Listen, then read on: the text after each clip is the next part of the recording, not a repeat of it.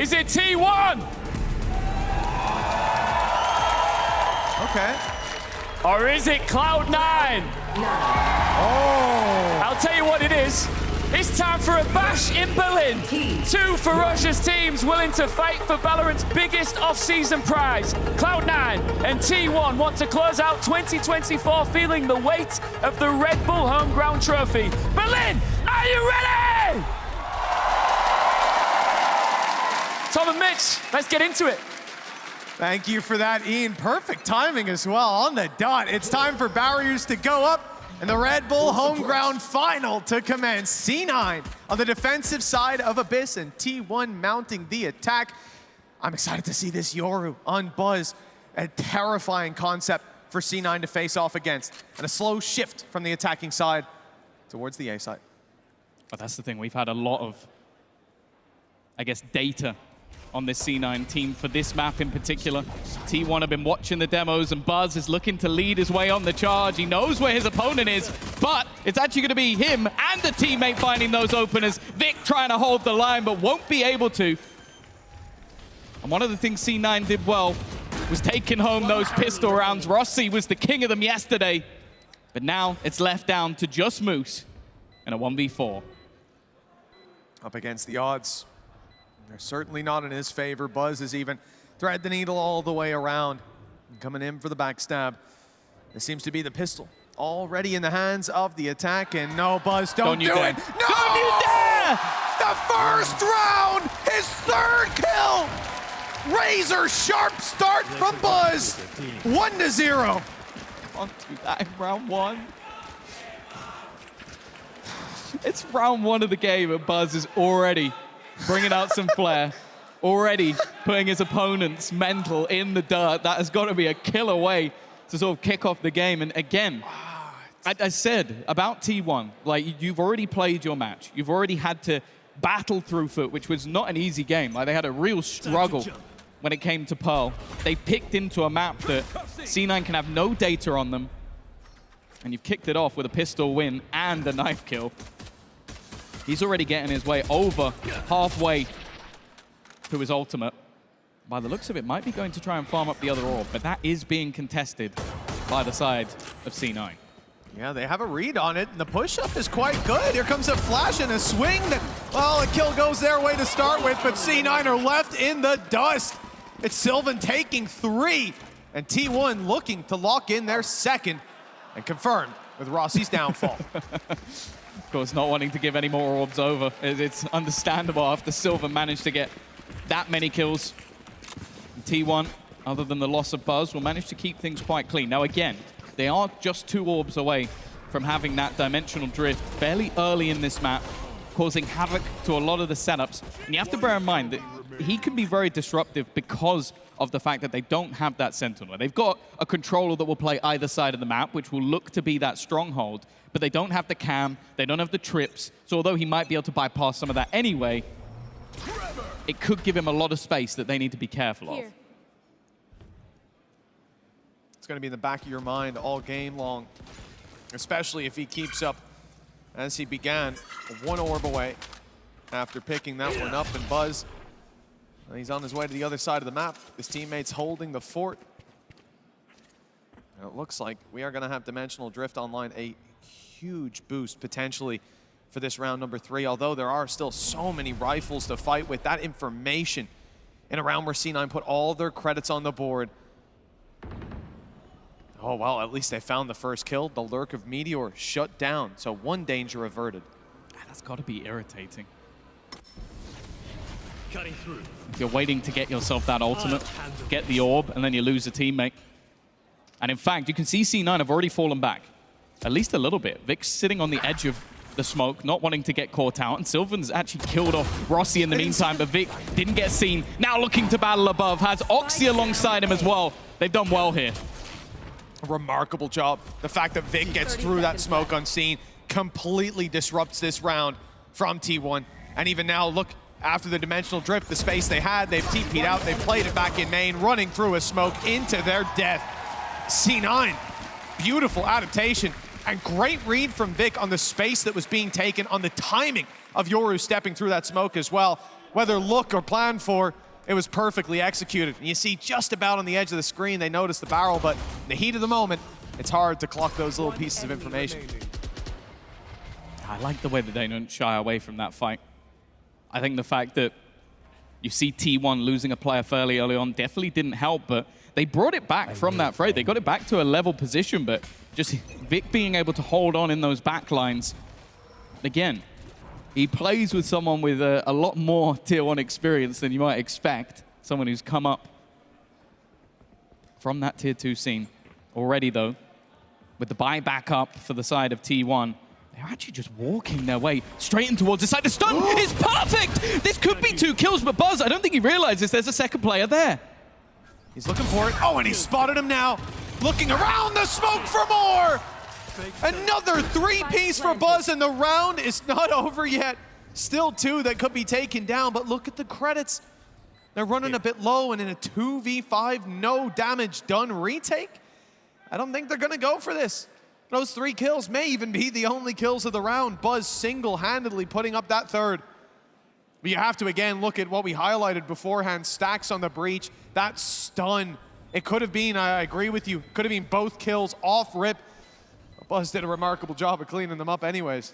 Well, yeah, I think this is the sort of scary prospect. A lot of the time when you look at this B site, you think of that Sentinel. You think of like a Cypher maybe having a cam or having trips, but instead, knowing that that's not on the table, unless there's an aggressive peek or someone actually looking for a fight, Buzz can just walk all the way up. And then they know, okay, where are you likely going to be playing if nobody's peeking that angle? Well, we can throw over our stun on the right-hand side, and yeah, that's where both C9 players are. Something that I think they're going to have to adapt to, and we may see a little bit more aggression in some of these rounds from C9 just to make sure that it's not possible for that to happen again. Slower start. You think back to C9 against G2, it was pistol rounds and 4-0 starts. Yeah. Morale was high the whole way through that series. Well, here it is a different story. T1 bringing the pain from barrier up. Now, round number 5. Weapon saved, investment from C9, credits not quite down to the last, but down pretty damn low. Same old story, Buzz. It's only been a couple of rounds, and he's on for his 2nd ult before most of the players have even tasted their 1st. It's just genuinely possible he gets it before anyone. It would just be ridiculous, but that's the thing. That's the caliber of player that T1 brought in when they got this guy from DRX. There was a reason that I think a lot of us were sat there thinking maybe Buzz will stay there to the end of his career. Like, why would anybody want this guy to leave? I'm sure it cost them a pretty penny. Moose, good position, but he actually goes to use his smoke. That's a problem. That's already, again, given that walk up to Buzz. Izu's there alongside him as well. These entries are just all too easy, and the stuns from Stacks have been perfect so far. Again, both players caught. An easy opening kills for T1. Very nice.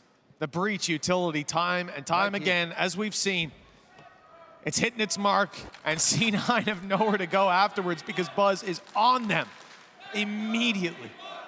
Ult is online, and as we said, I believe that is before anybody else gets their ult on. He's had it twice.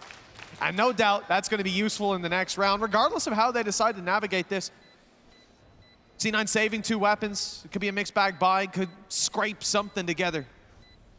But that's not the problem. Weapons in hand, they've had it. Surviving after the first 40 seconds, that's a different story. I think that's what they're going to be working on as Buzz hunts them all the way down. Luckily, Rossi carries that weapon forward. Oh, he's surrounded. He's so stuck, but he's just about going to get away with it. No, that's the thing. T1 are playing a lovely game at the moment. It is all about these contact plays. Again, like you have that double initiator, but if you're able to avoid that initial cycle and find that contact play, you could see that Moose had absolutely no idea that someone was about to walk up, and it's just unlucky. Like he goes to use the smoke, just like pull back the star, a millisecond as Buzz peaks, and well, let's put it this way, if you don't have your gun ready when Buzz peaks, you are dead. Like there isn't a split-second notice for that. C9 already going to be taking an early pause. I like this. So, as you said, yesterday there wasn't really a need for Imi to be particularly proactive with his pauses because his team was ahead, I think, the whole game. I don't think there was a moment where they were behind. The closest, I think, was either the beginning or the 7-5 half in the first map. Other than that, they ran away with it. Now is where he earns his big bucks. Absolutely. when you're down, that's when you need Imi to step it up alongside the rest of the squad. There's a lot that's been going wrong for them, but particularly that B main spot. Sure, the star going down, it was a little bit of a problem, but it's a backside play. Whether it's Buzz pushing through, whether it's Izu on the cover of Meteor, both of those kills they had were their first of the map so far. They're cleaning up that deep aggression. For T1, not much needs to change. And they've got an ult online that C9 have to think about as well. The possibility of Buzz clearing a wide open site and bringing in the cavalry, or finding your stack and sending the squad the other way. They don't have a ton of options. If they wanted to gamble something, it might end up being a mistake because of that dimensional drift. Looks like Buzz will give a fight on mid. Yeah, the defensive side this round have opted to try and take some early control. They'll get a little bit of information onto Izu, but I'm somewhat more interested in the fact that Oxy is posted up. They've tried to put him in position to potentially fight versus what has been a pretty weak B-site defense. Put your star player in and hope that he can do the work. See if the adjustment is enough. The mid push is coming in from C9, but it might be too little too late. The timing here is key. Oxy has the cavalry coming his way, a decoy leading the charge. That is not a decoy though, that's Buzz that he's facing. The first shots don't land and he fires away as Zeppa takes the flank. The three-man mid push finally comes into play and it's caught them by surprise with Izu down. This round may be done. Buzz tries to take it into his own hands. Instead it will be Stax with that task. 3 to drop and he won't even get the first. 2 on the board for C9, and the adjustment, the mid push, it looked like it might have been a few seconds too late, but they got there just in the nick of time. Yeah, I think the goal for Oxy was pretty much just stay alive as long as possible. Spot out that early peak. If you get a kill, great. If not, just make sure you fall away. But you could see all the utility that was tagging him as he was attempting to fall back. But it bought just enough time for that flank to come in. Zeppa landing both shots, and you could tell that there was absolutely no idea from the side of T1 that there was anybody that close on their flank. A good reaction, a good response, and evidently a great pause. It's whether or not they can keep doing that, because a three-man mid-push, it will get you around. I don't know if you can do that consistently. Well, no, you really can't.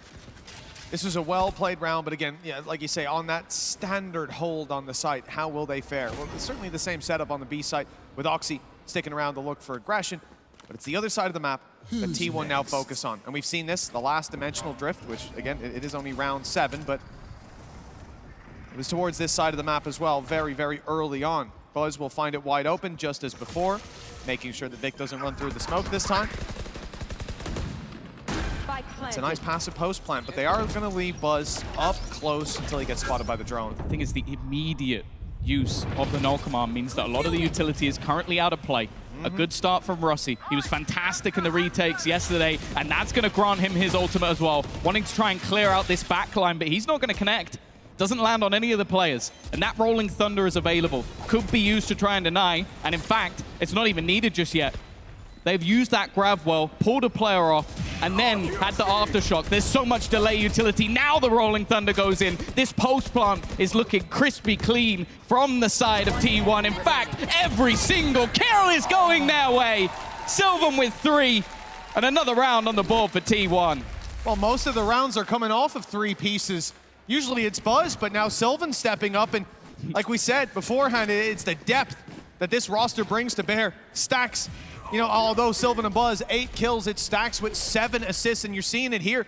That breach utility, look at the kill feed. All 3 of those kills, all 4 of the last kills, in fact, come off the back of Stax. But the thing is, that's what this composition has in post-plant. Like, they can get aggressive, they can make these plays around Buzz, but the fact that they have the Gravwell, and then straight after the Gravwell, it's like, okay, they want to get back on that immediately, aftershock. So there's no way they could be diffusing. He then holds the Rolling Thunder, so he goes, okay, now you're going to try and diffuse, and we're going to push back in with the Rolling Thunder. It was a perfectly played post-plant. Oh my, I've not seen this one before. A spawn battle is occurring with a player tucked in the corner from the attack. Sylvan's just swung out and blindsided the whole squad. That B push decimated, and the same thing happens on A. Using the weaker weapons, using the Blade Storm, and a bit of aggression. C9 tried to bridge the gap, but this one has fallen. As C9, 1-1 split. A Sheriff and a Frenzy. Well, whoever takes this challenge is going to find it hard to even land 1 kill, let alone the round. yeah, I have a little bit more faith in the Sheriff. I felt like it would come down to basically just not clearing a corner for Xeppaa to get anything. And, wow, they kind of know where you are, Buzz. This is not going to get any easier. It might seem like a weird decision up against Pistols in a 4v2 to use that ult. Definitely don't want to get caught off guard by a guy in the corner. And Rossi's on it again. And at the end of the day, we have to realize that the ult economy cycle is a little different for T1 because Buzz has his ult every 2 rounds. So yeah, you always got that in the back of your mind. 6-2 start. Couple of bumps in the road, but T1 have navigated those extremely well. The suspension's intact, and, well, for C9, the question remains, do they have a consistent, a reliable answer to what T1 are putting down? I will say, you have to look back at the matches they played throughout this tournament on Abyss, and you're seeing 13-11 wins and thinking, okay, this doesn't look great for C9. They were 9-3 attack half and a 10-2 attack half. So the fact that they're on the defense right now, this is not the be-all and end-all. They're going to want to try and get a few rounds, but where they've been fantastic is... Oh. I thought for a second if he didn't have the updraft, he was gone. Okay, that's a nice start. Meteor's been caught a couple of times in these lurks, and when he does, it really opens up the map for the rest of C9. A lot of the time, he's left to lock down an entire half of it. Any of his utility also goes offline, so that's going to be troublesome now for T1. They have to either pick up the pace or make sure they're not being flanked. Vic is pretty consistently doing that damage through the smoke, dropping Meteor, as you said, that utility that's now out of the round, a big player gone. Although this map, there's certainly been no shortage of heroes. In this series, you will hear a lot more of Meteor's name. I can guarantee that. Moose has a challenge on his hands. Decoy, flash, stun, everything coming his way. Another flash, but he's not seen. He's not being spotted. Holding the other side of that smoke, buying time for Rossi to come into play. He'll make it on top of the boxes. 5 bullets left. He wants to swap weapon, but he won't get a chance. Down to just stacks. Oxy chipping away at the attacking side. Has left Breach half of his HP and the plant secured. Okay, there's a chance. What? Not the right weapon. In a 1v2?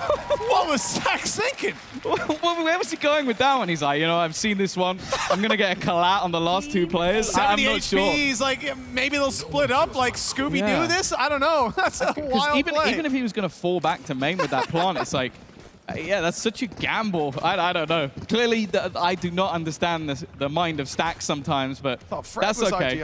That's okay.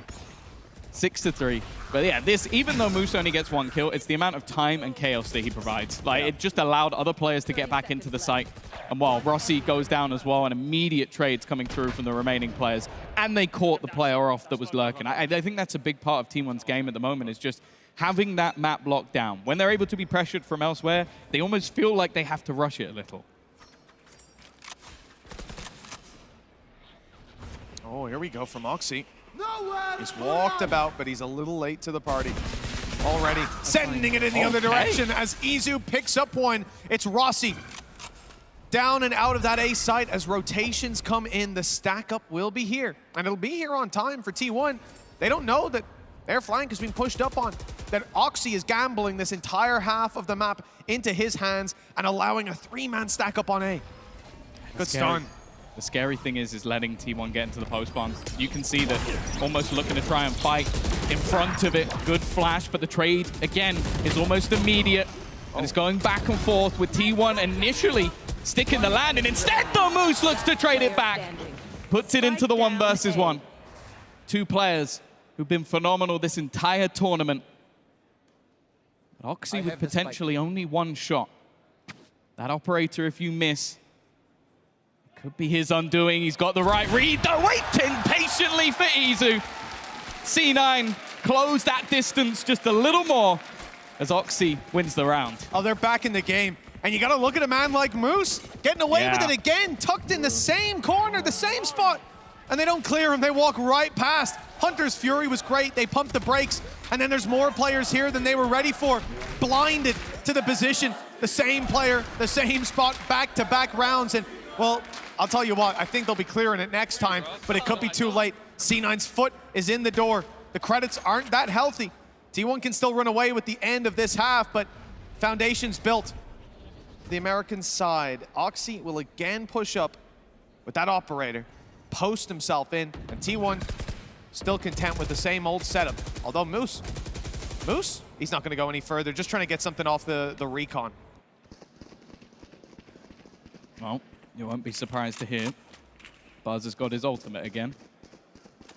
A chance for that dimensional drift. And the way they used it in the last attempt was great. Oh, because he's got walkabouts. He's got almost the whole team facing off against him. I don't know how he survives this one. He's picked up a rifle and is dancing with death, but finally, he will meet him face to face. He's fake TP'd. He just used a gate crash up into B heaven for now. They think that they're about to be pinked on that B site from right up top. Cosmic Divide comes in. They've cleared it now. They saw the gate crash was a fake, but the eyes were diverted. It's bought time for them to step up close. A sneaky play by Zeppa. Up on top of the box, he grabs himself one. Drop down from Vic. Good for another reveal. He knows exactly where that player is, but they know he's not defusing. They can see it now. They see it's being stuck in the swing in from Stacks Perfect. He escapes with his life, but Zeppa hunting them down from above secures another round for C9. Just one behind. This was a slow start, but they've gotten on the board. I really love the Cosmic Divide. I have to say, the fact that you could allow your opponent to defuse and still see it going on the other side, but it didn't matter. That round was all Zeppa. The fact he finds a gap around the Divide in the first place, up above on the box, that gives them that advantage, and then from then onwards, he just plays around their Divide, uses it against them the entire time, and they don't even know where to look, where he's coming from. Now, I premised earlier in the half at 6-2 that this C9 team has been immense on the attack. Now they're on 5 rounds. Honestly, I think they're in the lead here. I mean, it's a great adjustment as well by C9. The fact that we saw them getting on top, not allowing that post plant to be set up, those players to fall back, the breach utility having to be used from right up next to the Cosmic Divide. They're starting to feel out. If we let T1 have the post plant, if we give them the space, it's going to be a tough round to take back. They smothered it in the previous round. Let's see if they can do it here. A lot of utility slowing down that push. These choke points have been well held after the first sign of aggression.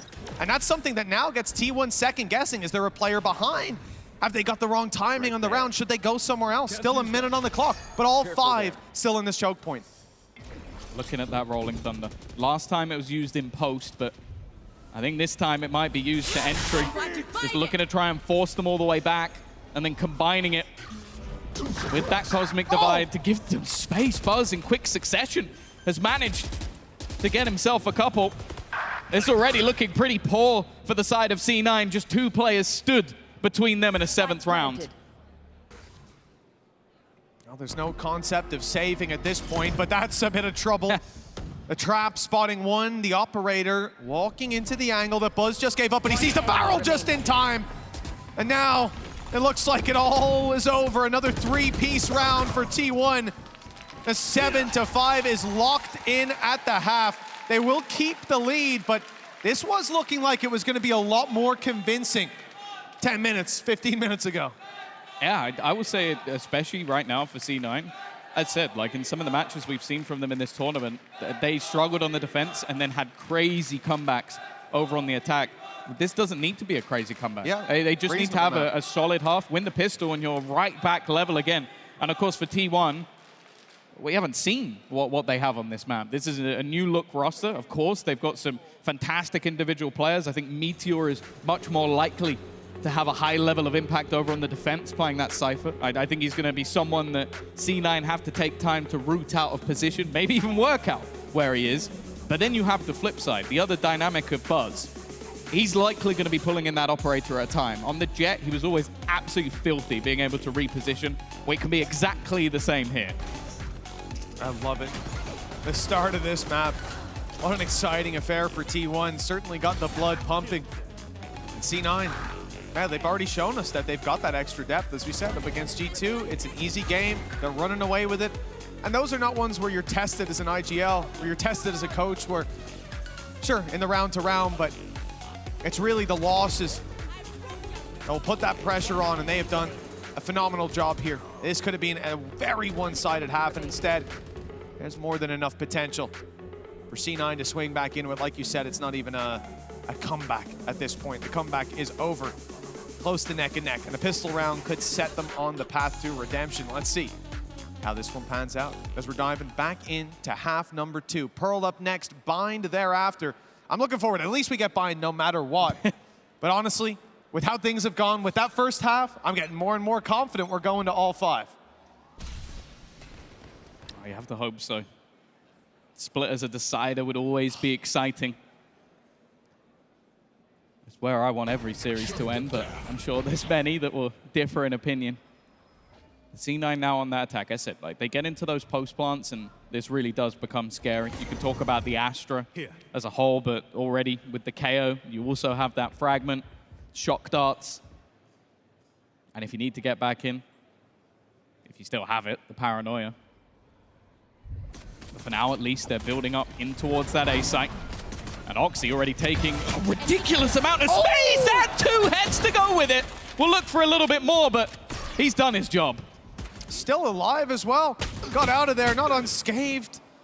Spike Thankfully, he's still alive, otherwise numbers would be even. T1 taking lots of damage, same could be said the other direction, but that man advantage and players tucked away deep in main. Oxy, though, is going aggressive, is walking through this smoke. And now they clear it. They don't know that that small little corner was wide open for Oxy. 5 HP, and he's picked up 2 more. An ace on the card, stacks quite low as well. And on his way to heaven, this is perfect. And they're giving him the space as well. They know this is Oxy's moment. They want him to be the one to finish it off. And up we go, finding that player. He's being spotted, but no. The ace is denied. The round is a different story. C9 have taken the pistol, now just 1 round behind. This was a guy who, you go back to last year, that 3-2 defeat in the grand final. He got 92 kills, 80 deaths. He was a superstar. And throughout the season in Americas, there were always those glimpses of what Oxy could do, and you're seeing them here again. He is the player to beat when he's on his day, moves himself to the top of the board. And as said, now C9 move further and further into that driver's seat, having those opportunities to play on that attack side, have Oxy as that entry, that pinnacle part of the team. We had the interview earlier on stream with Tarek, and he was saying, I don't want to put pressure on him, but I think the guy who's going to do it in the grand final is Oxy. You can kind of see why. You know, that guy knows something about FPSs. It's crazy. Does seem to be a safe bet. This push might not be though. Lots of pistols. Okay. And a classic Spoke too soon. is the one that's getting the job done. A flash here from Zephyr. A push through and a couple of kills, but it does little to give them the advantage. In fact, rifles now recoverable. Their opponents will be armed 2 weapons defending the spike and an unknown, which is Stacks. Shots from Rossi, 57, stunned up as well. It should be easy to clean him up. And the last one standing falls as well. It seemed like the path to redemption was cleanly paved, but instead, a few more bumps persist. T1 fighting right back in round 14. I'll just eat my words. All right. This was not where I expected the tide to turn. Sylvan does well. Zephyr tried his best to bring that back, but again, it's just that synergy coming out for the team. Well, that is going to be a huge boost. Picking up a couple of those Guardians, buying rifles alongside it, and it leaves the side of C9 with very little. And they might potentially try and fight for some orbs here. Oxy is 2 away. Already has himself the light shield, so I can only assume that that's the goal. Get him Blade Storm, hope he can put everybody in his backpack and carry them through the round. It's not a bad strategy. Let's see if it works out for C9. They've got the first orb on lock, moving towards this B site. And I like the fact that they are just sticking as a unit. We've seen what pistols can do in just the previous round for T1. For Sylvan, it was a classic up close, his teammate drawing their eye from further apart. And you can see that they're certainly knowledgeable about this strategy. The shock darts sent out from Izu, but he's gonna have to do damage with his rifle because here comes the Blade Storm. Backside cleared. Oxy not risking it all just yet. He knows if he goes down, this round is probably not going their way. Dodges the decoy, down to 1 blade and he's out. Out of luck and out of life. Buzz with the triple, a staple of these T1 rounds as C9 send Moose over the edge. Flawless. Something G2. Like, it just They can't keep getting away with this. not wanting to give Buzz more orbs. You've already had to come up against that ultimate 3 times in this matchup, so you understand why they're not wanting to give anything else over. There's definitely an attempt made, but this is the round where you kind of feel like C9 need to make a resurgence. Like, you get yourself back in, you grind out some rounds at the end, you win the pistol, and then you lose a round like that, and it could easily put a spanner in the works, boom the mental. I'm waiting to see at some point if T1 actually look to play off of that stun.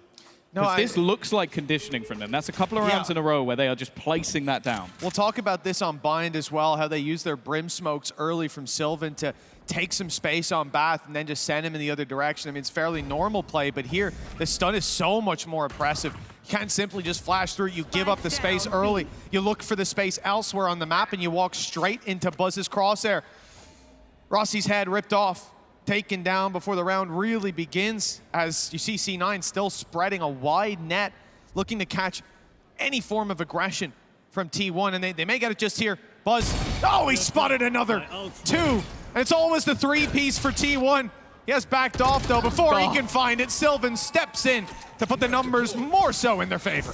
Yeah, you go looking for where Buzz has gone, and instead you find a teammate. There may be many that don't worry too much coming into this tournament, but you heard from Buzz earlier. He wants to win. He used another word, but I can't say that.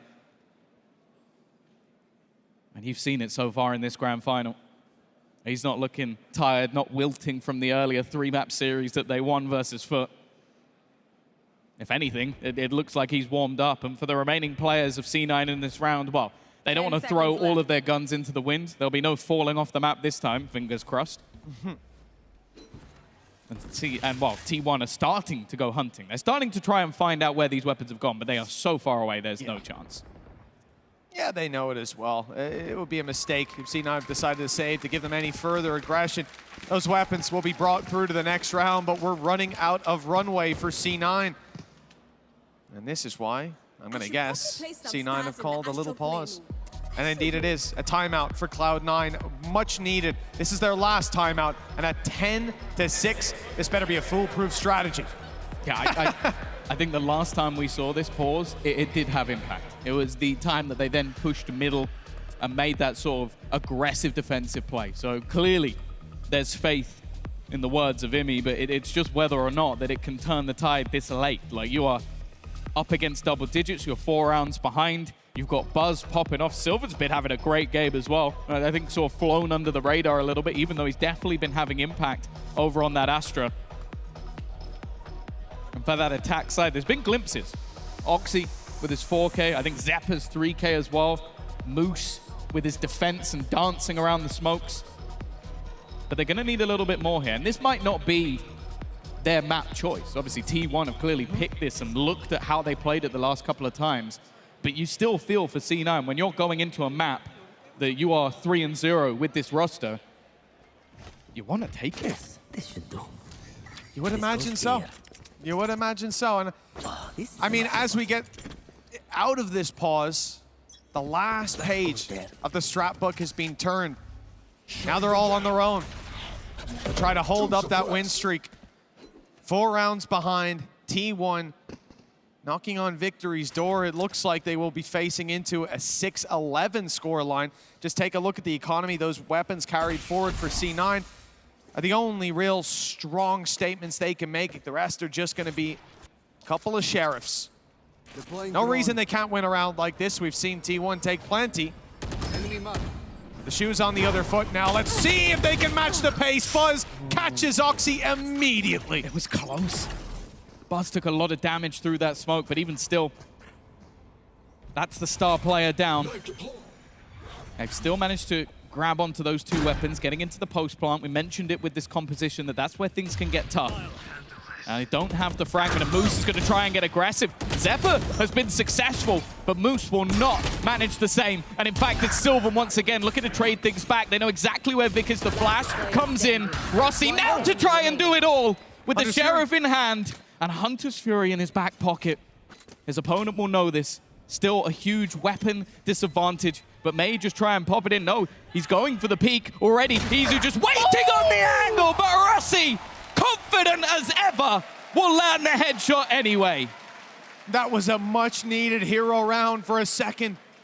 I could see him popping that Hunter's Fury and the defuse just being stuck under his nose, but the jump peak to confirm that player was sticking it, and the swing out, the confidence for his three-piece, beautiful. Izu was waiting. That wasn't him still defusing. That was him waiting, gun in hand. That had to be the headshot. Otherwise, the round was slipping away. And I think everybody watching, you're expecting that Hunter's Fury to be used. As was Izu. He was waiting for that to happen. And the fact that Rossi almost outbrains him, goes, no, I'm going to play this a completely different way to what you expect. That was his Jim West moment right there, and he lived it all the way. The Desperado taking these rounds and putting them into the pocket of C9. 3 in the difference now for C9. A Hunter's Fury is available thanks to that hero play. And they don't look to continue with pace to get in T1's face. Instead, they sit back and say, okay, boys, what's the reaction? What are you going to do? Where are you going to push? But with a minute on the clock, T1 haven't moved. They're content in their A setup with Cypher locking it down. The drone on mid, not spotting a ton. Just an Omen floating about, but he did seem to be shifting to the B site. That's information for T1. The op now in hand for Buzz. Oh, something that's not been witnessed. They wouldn't expect that to be there yet. Hunter's Fury kept, but he's already out of there. Looking for another player on the site. And well, there's 3 to be found, but none connected. Another landed for Buzz. Izu there alongside him. It's an absolute slaughter as they look to enter into the site. And while the last clutch was tough, this one is impossible. Another round for T1. They extend that lead further. And again, they put the finances of C9 in the dust. What's setting up this squad as what appear to be favorites, what feel like favorites in some of these rounds, is that they're losing a round, T1 are. And then they're immediately fighting back. There's a response every time. And for C9, stringing together rounds it's tough. This goes here. With 4 rounds in the difference, that has to change. As these barriers go up, it won't quite be the last time, but we are getting there. And T1 with some aggression, you could say. That same stun that we've seen many times put down, this time used to get Buzz jumping around the map. A risky play. Always has a gate crash if he falls. And setting him up with the operator to hold that position. We saw Oxy push B when it was the other half and hold that with the op. This is a different interpretation of the same sort of idea. But this was a plan in the making. This is something that they've been setting up for many, many rounds.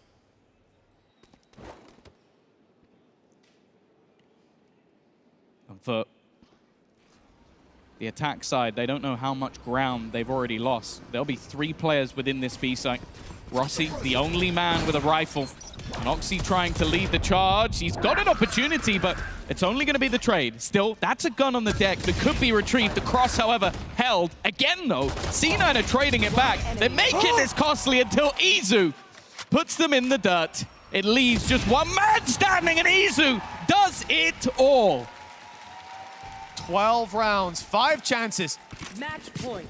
To put this map across the line in their favor, we heard from some of the teams that they might even prefer to play their semifinal and go straight into the BO5. It seems counterintuitive, but I'll tell you what, T1 have come into this series hot. That was a bit of a warm-up for them earlier on. And now they're in full sprint. Long enough warm-up, sure. But they took a break in the middle, Tom. But that's the thing, you're seeing the depth of this roster. Why Izu was one of the remaining players from last year, someone that had so much promise.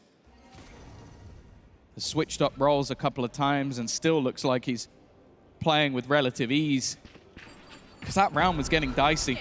Now, well, the whole map has gone wrong for C9. 5 rounds behind. Again, Oxy looking to try and take space. They've got Meteor, though. That will definitely make things a bit easier. Yeah, stepping through that Cosmic Divide was a risk. Not one that has paid off this time around. Spike planted. Stacks up top, ready to react, but looks like Oxy gonna be the one stepping in to take that fight, and the spam through the smoke is good enough, equalizing the numbers and getting rid of a big duelist. Now Sylvan following the drone as the decoy comes through. There's one man already up close. They haven't spotted him just yet. Here comes the decoy, blinded up is Zeppa. Players all around, he gets to swing in, but that diffuser needs to be dealt with from their side, and it stacks 4 kills under his belt. Rossi, reveal might help out, but the AWP is a worry in the back of his mind. Never mind. You don't want nada when it comes to Rossi in these clutch situations. It was 5 chances for T1, now down to 4. That's another Red Bull clutch from him. You put him in those late rounds, and this is exactly what he does. Again, you look at that Hunter's Fury and go, could that be put into play? He actually earns it off the back of these kills. Just fakes out with the dart, tries to get them to just have a split second of doubt, give him the advantage in those fights. And this is where he just does his best work all the way through the series yesterday. He has proven to be a demon in the clutch. A cerebral player. And while Izu throws in a Hunter's Fury of his own, wanting to try and catch someone early. I do like the idea. They use the stun there as well, right? So you stun up in main. Around mid, you fire off the Hunter's Fury. It could be a kill. And in this kind of round, that could be the map win as a result. But that gamble hasn't paid off for T1. I hear some noise outside of A. The rotations are coming into play. And the concern here, Stacks, Rolling Thunder online. We've seen this be devastating on the attack. And now, with the right read, T1 could use this to crumble the final round here. Oh, Buzz in position. He's let one go. Knew that shot wasn't worth going for, and eventually he goes down, though. The Hunter's Fury of Rossi has caught another, but Sylvan, the Silent Slayer, sits at the back of the site. Someone they have to deal with, someone they have to clear. The spike dropped. Oxy's still in an aggressive position and yet to be clear, but he has been spotted. They should definitely know that he's still around this position, but he's wary for his teammates, trying to give them space to get that plant. Oh, Oxy! Those shots are insane, and in a round like this, they were neck and neck just moments ago, but blink and you miss it. Sylvan's out. And T1's runway shortens. 3 rounds now in it. And big plays from C9. You think back to that G2 game, and this is how it started. It was confidence builders. And once they got the ball rolling, there was no slowing it down. If that's the case here, well, never mind going the distance in the series. We could see it on the map. I can see some frustration for Stacks. Realistically, it's been a few individual plays over the last couple. This should have been done. The 1v2 for Rossi after he gets 4 kills. That last round with Oxy managing to face off versus 2 of them again and get both. The heroes for Cloud9 are starting to arise. And T1 want to stamp this out. Next round, finances start to get a little bit dicey, but they've got some good ults available for this one. You guessed it, Dimensional Drift's available. This is interesting, though. Oxy really is taking a vast amount of space. The drone, though, is well-timed and will give the game away. Now they're sending it back now, retreating from that aggressive middle stance. Where do they take it? Well, that's really what Buzz is trying to answer. Sending the Dimensional Drift out. There's one spotted deep, one up close. That's his victim. A potential kill for Buzz, but in fact he backs out. I thought he was going to stick around for the fight, but didn't send the decoy. And instead just uses this to cause some chaos in the back of their minds. 35 seconds, and it's time for C9 to bring this spike towards the site. Vic will be TPing in wherever they decide, making noise on A, getting the rotation with Oxy, and the plant on B as a result. Beautiful round from C9. Yeah, they just left him to cause mischief, and that's exactly what he's done. They knew as well that they had the From the Shadows available, so they could leave Vic in a spot where he could go either way, but then at the last second could easily teleport in. They sell a ruse using that null command, and the immediate response, rightly so, from T1 is to go, okay, let's rotate. Let's try and take back some control. We've just cleared mid. We just used a null, knew they were very far back. And that's where, again, Oxy is able to strike. But once more, you look at this attack side for C9 and say the calling has just been fantastic. Using these late bait plays. These are risky. If these go wrong, one of your players goes in, dies, or maybe Oxy gets nothing, you can see the T1 side go for a retake, have a man advantage, and it's a problem. But these risks right now are paying off. This looked like a... Oh, no. Couple more weapons removed. It looked like a really big task for C9. 5 rounds in a row when they'd struggled to connect more than 3, and hey, we've just hit that mark. But for T1, now the stress is really felt. The first timeout used by the defensive side, 12-10. There's only 2 more rounds in regulation. They've left it down to the last moment to touch base with their coaching staff. I guess making use of C9's pauses as the rounds went on and not feeling like they had that much to fix. But now they've run into a brick wall a couple of times. And sometimes that brick wall has run into them. So it's time to touch base and come back stronger before this goes to overtime. Damn, that's some real team cohesion right there. How many sides did that take to pull that one off? Fair play, fair play. That's a couple of markers. But yeah, this is the first pause in this match going the way of T1. Autumn looking to touch base. As I said, we'll go back to 2020. This man was part of the Cloud9 organization alongside Buzz. It was the Korean iteration of that roster, which I'm sure if you look back, will have some familiar faces on it. I believe Zeta has also played for both orgs. So it really was like a sort of switch up, both teams having similar ideas at different times. But that's one of the stories we spoke about.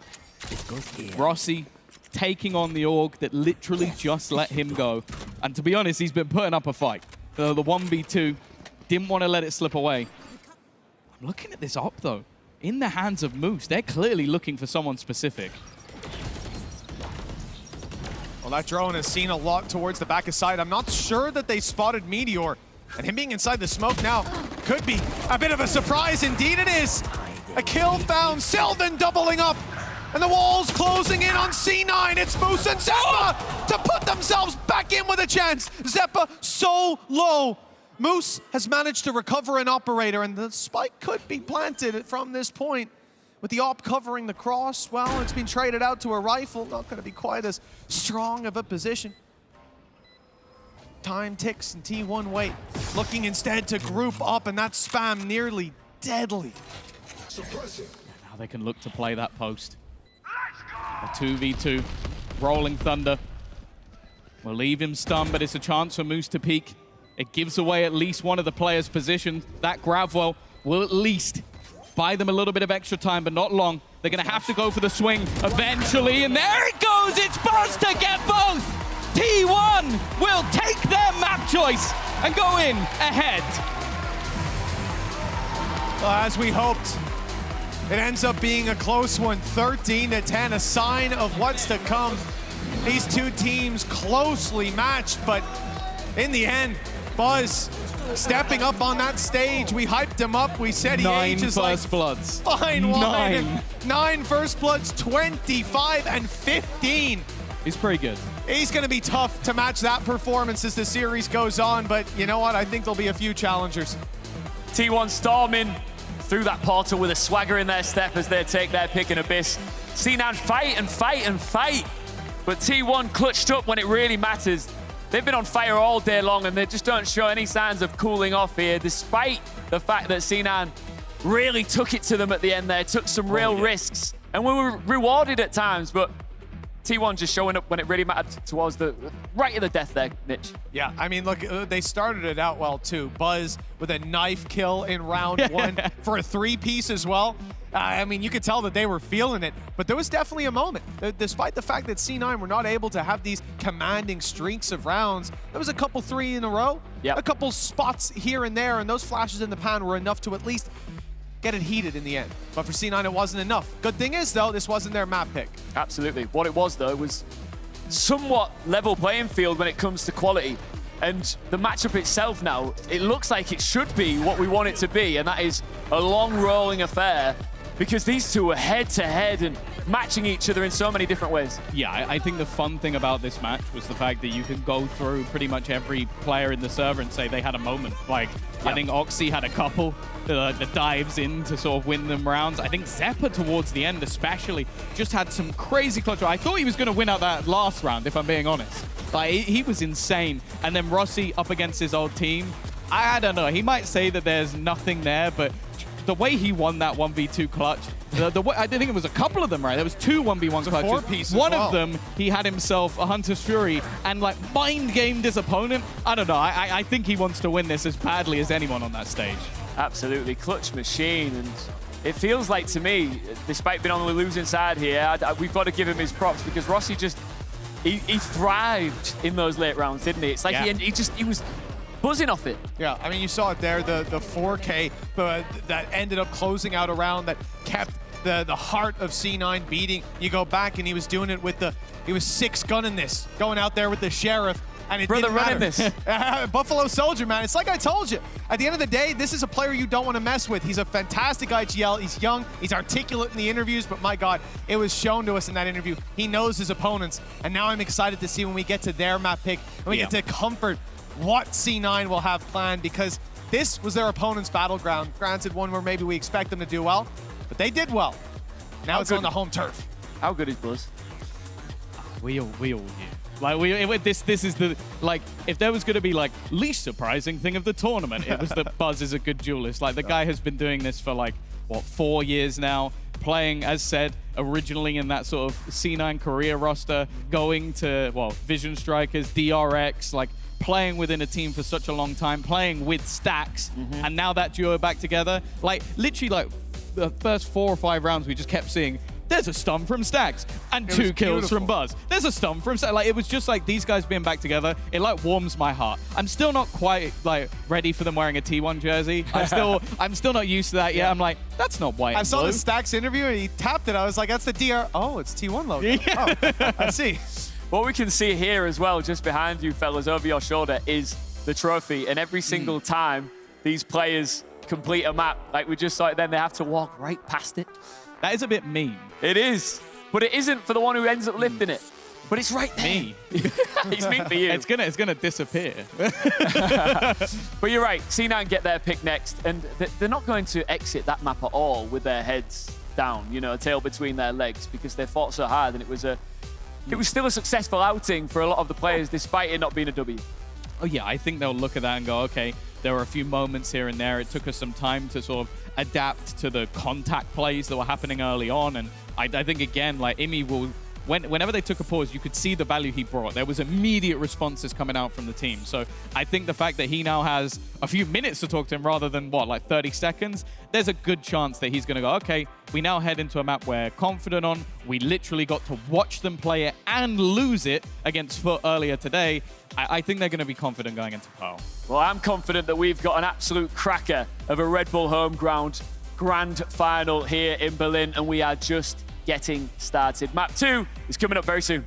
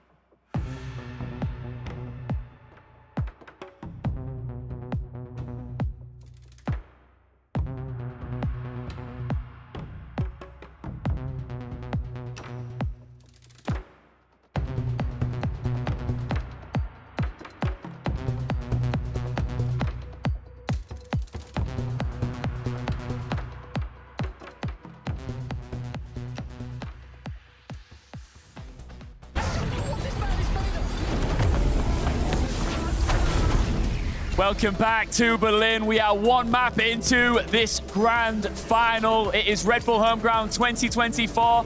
T1 take their map pick in Abyss, but up next, we're going to Pearl. That is C9's choice.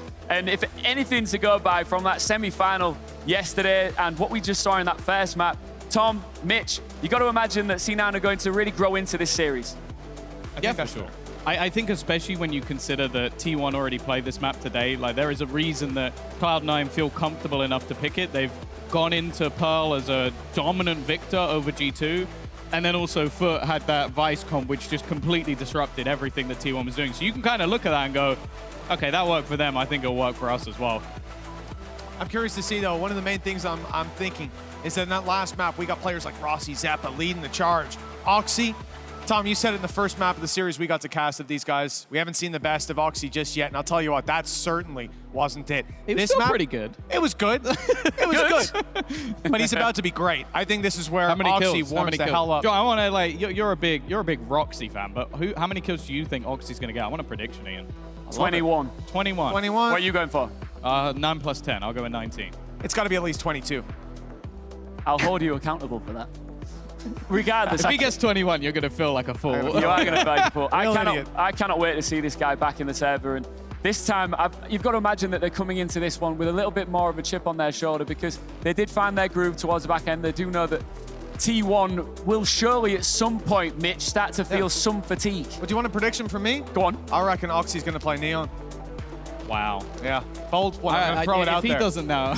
Well, I saw a screen. Oh, you said They just redo. They redo the They agent reset select. it. They're all sitting in different places. I back you on that. Yeah. Yeah, I wow, back that's you on crazy. Oh, what a play. Listen, Genius. I should have put money on it. Well, at the end of the day, this is somewhere that I'm very excited to see Oxy. Firing up against a setup that doesn't have a Cypher as well, this man is about to be unchained.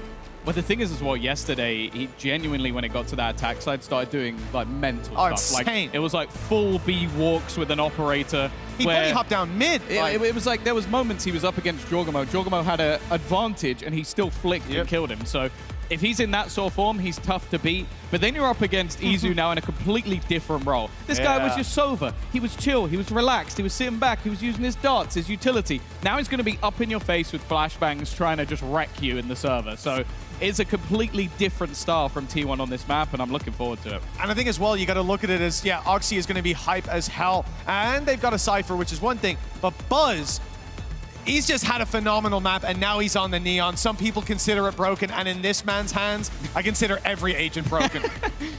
T1 could really stomp out any hopes that Cloud9 have here. If they can start this strong, they could potentially put them in a situation where they could finish them off on the next map here. But Cloud9 don't look like the sort of team that will back down by any means here. Lots of star players that we've got on the stage that could potentially pop off here. And I think regardless, no matter what happens on this map, these fans are in for a treat, Tom. Oh, for sure. Like, I think even just going further down the list, like, obviously, we've named all these superstar duelists and stuff. In the last map, Sylvan was the one who really impressed me. Yeah. A lot of his sight holds were on lock. A lot of his utility usage was sublime. And that was the thing. The setup there was almost just like putting everything into place for Buzz. I do feel on this map, it's a little bit less util heavy. You don't have that breach just setting up stuns. So he'll have to do a little bit more on his own.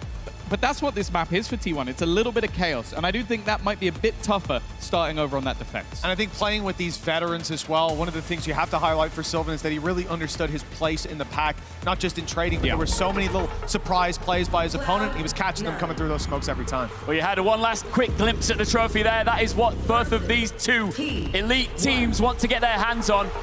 Cloud9 need a bounce back, but T1 want to sock it to them here. We're going to Pearl.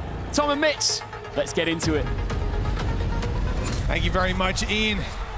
This is going to be one hell of a matchup. We're expecting great things from C9, players like Oxy, and well, Rossi has delivered every step of the way, but for T1, Buzz is on fire. Izu in a new role as well. Let's see if they can step their Pearl up to new heights. 1-0 advantage for T1 coming into this map, but this is, of course, the map pick of Cloud9.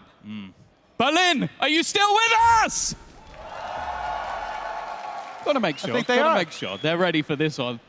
We are going to be looking at that aggressive position from Izu, looking to get up in the face of the opponents. As said, this defensive side needs to be disruptive. You've got a Neon and a Yoru. He's looking for a pick and maybe an attempt to get out of there. It doesn't look like that's an option. He's just going to have to try and stick around. He's been cleared eventually, and well, it's going to be the one and done. Oh, he was caught by surprise, but still able to get the one across the line. Better than it could have been. A lot of presence, though, from C9. The B side is wide open for business. Stack's going to rely on a quick recon to bridge the gap, give them a kill or two, but it's avoided, and a step out from Rossi is gorgeous. All down to Sylvan. He impressed us on the previous map, but this would blow us away. Yeah, the Rossi revolver. Pulling out that Sheriff and just landing 2 crazy shots. He's been so good in these pistol rounds. Sylvan! What is that? 3 kills in a blink of an eye, and now it comes down to the 1v1. He had his moments in that first map, was a superstar, but clearing out Zephyr is not going to be easy, and thankfully for C9, there was a safe pair of hands to make sure that didn't get out of control. I don't think I can take much more of that. Let's calm it down. C9. No, let's slow it down. I want to see that again. It was nice on the first, the read on the second, and right back to the same angle. I think most players wouldn't even have the sensitivity to do that. No. Either that or he's just broken his wrist. My wrist hurts looking at that. What a phenomenal play. And yeah, well, I said if he wins, even just that attempt, that blew me away. Phenomenal. Now 1-0 for C9 nonetheless. They found the pistol, and the impact of Sylvan's play will not be felt. Perhaps the ultimate orbs, but that's about it. Vic, he's ready. He's spotting the walk up. Although we've seen Izu tuck into the corner already. In the pistol round, he showed us that he wants to take advantage of these nasty little spots. And it's no different here in round number 2. A kill or two would be huge, but he is immediately checked. I was about to say, yeah, doing that in back-to-back rounds, sure, it's a different spot. C9 are already aware. They are definitely going to be checking every single aggressive spot. And okay, he'll waste some time going forward, and maybe if he's quicker on the trigger, he can get out of there with Yoru utility, but I feel like it's been made very clear what's going to be coming out from him. Not a bad start, though. A couple of kills coming off the back of the Classics. This was a minor investment for the side of T1. Anything more would be truly worrying, but in the end, they are going to end up retrieving those remaining rifles. But this is where the going should get a little bit tougher for the side of Cloud9. You're going to have the rifles across the board. Oxy's got a Bucky, which, I'll be honest, that's all you really need to know in the round. Like, we've seen so many audacious, ridiculous plays with this gun. In fact, he's now given it to Rossi. See, Rossi is the type of teammate you want. He has just gone, you take my rifle while playing Neon, and I'll take your Bucky. Oh, I'll take my rifle back. He'll have that one, or he'll have a chance to if they can take Izu out of the equation. Done a good job of that. Buzz tagged up on the cross as well. Good damage dished out by C9 early on. The options for Buzz to leave this position will be limited, although there's stars coming back online. Sylvan now has one to play with, but in a precarious position, having pushed up behind. T1 have them boxed in. They know the play is coming to be. The drone will only further confirm it. And at this point, all they have to do is sit and wait. If they go back on the C9 side, if they try to take it to A, and Sylvan's going to spot that immediately. A 3-man hold, and they're walking right into it. Oh, they shot the dart for Buzz, but he still ended up being revealed anyway. A cleanup with Meteor remaining on the site. He wasn't necessarily the danger man that we're used to seeing. They're going to try and run it all the way back. Now, the player holding off on the cross is gone.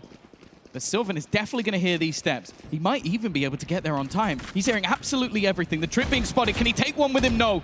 Vic's going to bypass. This does allow Meteor to hightail it the entire way to the other side of the site, and he still has some utility to delay them a little more. Landing the shot on the player with the spike could be enough, but they're just about going to get that plant in.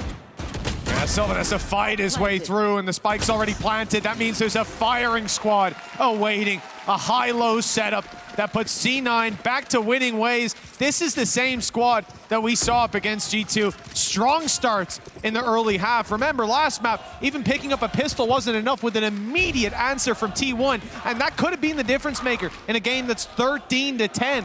Now, C9 have that same wind back in their sails.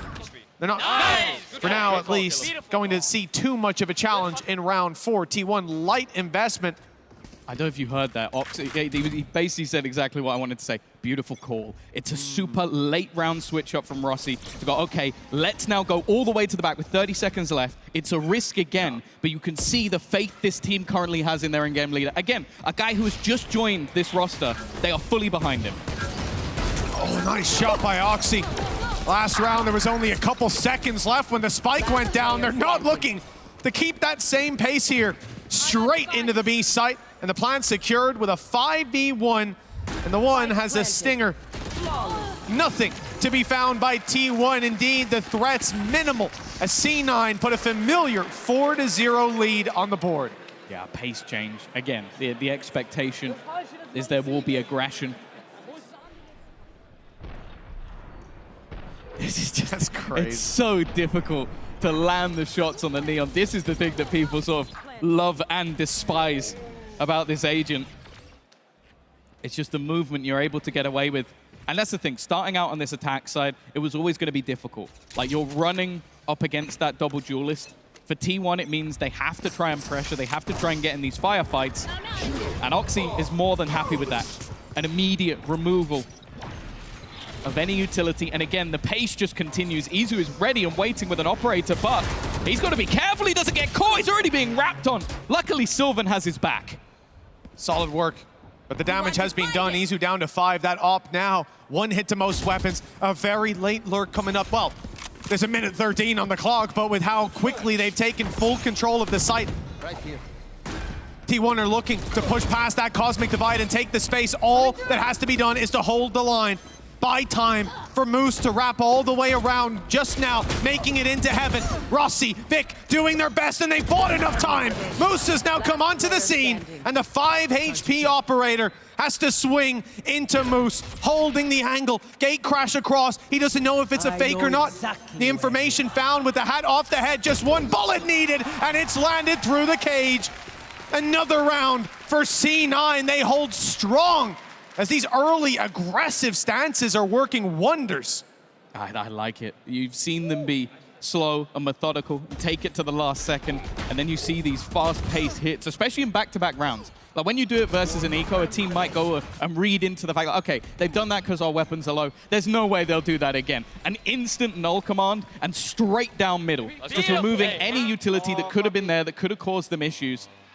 I don't know if we could get a camera on them. They're now doing their stretches as well. If that's not going to get in their heads of the opponent, just like almost sit there while they're stressing about what they're going to do to try and change. And they're doing stretches. Zeppa on the end of the line, though. Rusty's leading the stretches, and then he's just kicking back, relaxing, taking a breath. Well, a timeout called by T1 after a successful first map with very strong starts to each half. We now see them 5-0 down. It's T1 that have to climb back and avoid the deja vu of last time they played this map as well, where they faced the same kind of domination on the other side. It's difficult for them as well. Like a lot of the time so far, we've seen these hits towards the B site, and then if there's resistance, late switch up. The problem is they haven't had a lot of utility really to delay them. It's been Izu who's been the point of contact almost every single time. And there's been so much just forcing him into awkward positions, be it just Oxy taking space. You might look at him 2 and 4 down the board. He's just been annoying. Like he's taken ground and then someone else has been able to get an opener for it. And then in the late round, they've been sublime. Here he goes again, straight off the bat, forcing them off positions, taking space towards this A side. The rest of the team very far behind, but they are yet to deal with this man, even going to meet his counterpart. Wow, it's a little bit of Bucky style for Buzz, but is there more behind it? Okay. They've gotten the kill with the nano. Meteor goes down to Zeppa, though, who was holding strong till Buzz stepped up. The gun fingers finding a few, zapping these players out of the round, and maybe C9 soon to taste defeat. For the first time here on Pearl. T1 are putting a round on the board against C9, 5-1. And it is Buzz, the hero that steps up to the plate, more than doubling his kills in that round. It's good to see him back on the board. This is what we were expecting, but maybe not to start out the kill streak with a Bucky. Yeah, I think that's the thing. You had the aggression, and rightly so, from Oxy, but it was just the fact that ended up giving the ult over. Buzz pops it, and from that point onwards, I was about to say, I didn't think we'd seen a Buzz ult yet, because we saw so many of them in the last map when he was playing the Yoru. Like round 3 at the first one. It took him a bit of time, but when it was in play, it was fantastic. The question now, though, is this the start of bringing this half back? Or is this going to be straight back to C9 taking control? Now, bear in mind, the expectation on this map is normally to see a decent attack side. Here goes Oxy again. Great dart. Good work by Rossi to get that dart into position to trade out his teammate as well. As Buzz goes down, and the numbers stay in C9's hands. Plant secured. The 4 versus 2. Izu has the ult, but it's not likely to be used. The man looking for impact is Stacks. Finds a kill or 2, perhaps. They can throw a bit more at this round. But it is not looking likely. Post-plant utility aplenty. Astra Star waiting for the tap to come through, and they don't even use it initially. Late round lurk as well by Moose. C9 are guaranteeing that they win this round. Playing the numbers, playing the odds. They blocked it. They blocked it. They're trying to stick it all the way. Luckily, just in time. The swing comes in. Plenty of players left to clean that up, and well, Moose was happy to see Izu TPing right into him. Thank God someone was counting. Because that's the thing. A lot of the time, we see it even on the previous map, where you have that grab wall, you just have the thought in your head, like, okay, that's safe. I don't need to swing, I don't need to take a risk. But I think it was just the silence. The fact that for too long, there was no utility, no moves, no I think the fight. recon was on the way, right? So that's sort of the logic, but they got spooked, thankfully. But it is another round on the board for C9. A defeat in the last map, a surprise pick, to say the least, for T1, that they just about get over the line. Now, though, it's been a dominant start to this map. Gotta go. And everybody's been performing as well. As I said, like, Oxy on the board might not like he's doing the best, but he's done his job, and then I'm out of here. everybody else has been there to clean up the mess. Go, go, go. Moose back on his Sentinel has been fantastic in the late round. Meteor now, though. Well, it's not the operator that we've seen. Instead, he's got that Marshall. Got the headshot as well. Down, B. The tag onto Oxy, the headshot for Rossi. And now, well, there's a little bit of danger brewing for that attacking side. Somehow I'm even considering that to be Buzz with a Bucky. He's backing off, though, and conceding the space. And there's not really a fight that T1 want to take at the moment, except for that Marshall swinging out. Another tag. Zeppa and Oxy very low. This is now very scary indeed. Stacks falls back. Izu's managed to get one with the classic. The flash through is going to delay even further, and they're starting to run out of time. Oxy needs to get something, and in fact, he falls. Still yet to get that plant in, and the fact is, Moose is alone. Vic is still very far away. In fact, by the time he gets here, the clock may already be gone, and with the Cosmic Divide fading, he manages another, but he's still surrounded. Spike on the deck for Vic. I honestly saved the gun. I don't think there's any way he manages to win this. Maybe he can deny them picking up some of the guns. There's one at least. Yeah, like you said, there's no take in the round. The Thrifty secured, and only one player to carry forward a weapon. Decent damage from Vic. Good housekeeping. It's 6-2. T1's second round now in the last 3 as well. They've been finding their footing. But that was all Meteor. Like, that's the thing. When you look back to the Gen G roster of last year, when we came into the year, and I know there's going to be people who look at how Texture played and go, oh, this is a stupid comment. But going into that roster at the beginning of the year, we didn't know if Meteor would be the duelist or if Texture would, because they are both phenomenal duelist players. It just so happens that Meteor's also very good at playing the Sentinel. Funnily enough, so is Texture, but it means that you give him a sniper and he can still win you rounds, even if he doesn't necessarily have the kit to back him up. Especially when you invest into Sheriffs alongside it. Just that one tag makes it so valuable. You saw it, Oxy emerging from a Cosmic Divide, the Astro Wall, and it just one shot to the body from that Sheriff. That's all that was needed. The setup was done by his teammate. Now 6-2, as we see C9 directing themselves into that alarm bot, held by Sylvan, but not ready for the pace. Oxy lightning fast as he makes it around that corner. A main cleared. Lots of space for the attacking side on A. Safe to say. Spike, okay. His Jet's always enjoyable, but his Neon just hits that little bit different. Plant denied for now. In fact, Buzz is trying to play off it. Stax has done well. Dropped it on the deck. Now another for Buzz, putting down one more from a great start to a troublesome position. There's even a lockdown, but Meteor decided not to use it. left. Buzz has Go, go, go. almost secured the round, and with Meteor's help, it seems to be in their pockets. Swing from Moose punished immediately. And a lockdown that could have been used for their third is instead kept for a future round. This is a resurgence from T1. Now 3 out of the last 4 rounds, and C9 have got to be feeling the heat. This was a map that they were commanding the lead of, and instead, they have stalled out, calling a timeout here to ensure that this is where the win streak of their opponent ends. Yeah, that's the thing. As I said, like going on to the attack, if this ends up as like a 7-5, I think T1 will be perfectly comfortable to try and bring that one back. And from a 6-1 scoreline, you just can't allow that. Especially with the way that they're getting the openers. It was mainly just the disruption caused by that Hunter's Fury. Stax being able to not only get a kill and drop the spike, which I think that was probably the most infuriating part of the round, but it's not that Buzz is just sitting there doing nothing. Like, oh, he's using Hunter's Fury. He is constantly moving and taking brawls, and it just means that those players are trying to dance with death and then meet it in a completely different way. Maximizing oxygen intake. That's what Stax was up to there. 6-3.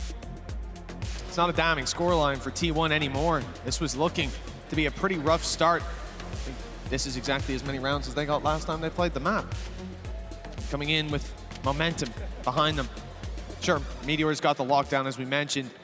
That may even just keep Rossi's Hunter's Fury in his back pocket. Won't be deploying that for a chance at a kill, instead saving it to get rid of that utility. We shall see as the barriers go up once again. Round 10 is underway. We're getting towards the end of the first half.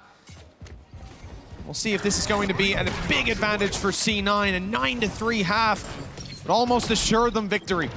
We could still be neck and neck. They did this hit before, but last time, there we go. That's the wall I was looking for, to give them that extra little bit of space, and straight away Oxy capitalizes off it. His teammates given the chance, but it's only trades back. Now Zephyr is not yet lost, and there isn't really anybody to capitalize off taking him down. So this will give them the man advantage, but they are going to have to give up the space on the site. This will allow T1 to get back in. Can they find anything off the back of it? Oh, and another attempt. It's at least gotten it to half. This is going to be dangerous. Hunter's Fury comes in. Luckily, those players can't stick on top, or it would be certain death. Flank around from Zeppi, hears it, knowing that it's half now. Stun comes in, and Zeppa runs to stop the defuse if it was underway. Luckily, in the chaos, the kills tip back and forth, but with C9's advantage, it's another round on the board for Rossi. Another clutch and a 7-3 scoreline as the lead extends for C9. That's the thing, T1 have been very close a couple of times to making that work while blocking the gravity well. It seems something that maybe C9 are aware of, but that got so dangerously close. The good thing is the grav well also makes you vulnerable. So then that Hunter's Fury was an insta-kill if anybody tried to stick onto it. If not, well, they almost certainly would have lost the round. Yeah, and they knew, obviously, Zeppa will make it there in time after the Hunter's Fury pulses to clean up, or at least challenge that diffuser yet again. It was, again, narrow margin, but C9 have been content to play with time. They've got the readings down. Now, drone used on mid, you can see that the attackers are wary. T1 might have went for something a bit more aggressive.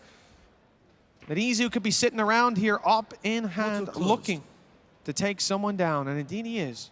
But he won't be looking the right way. Oxy made it out of mid, alive and unscathed.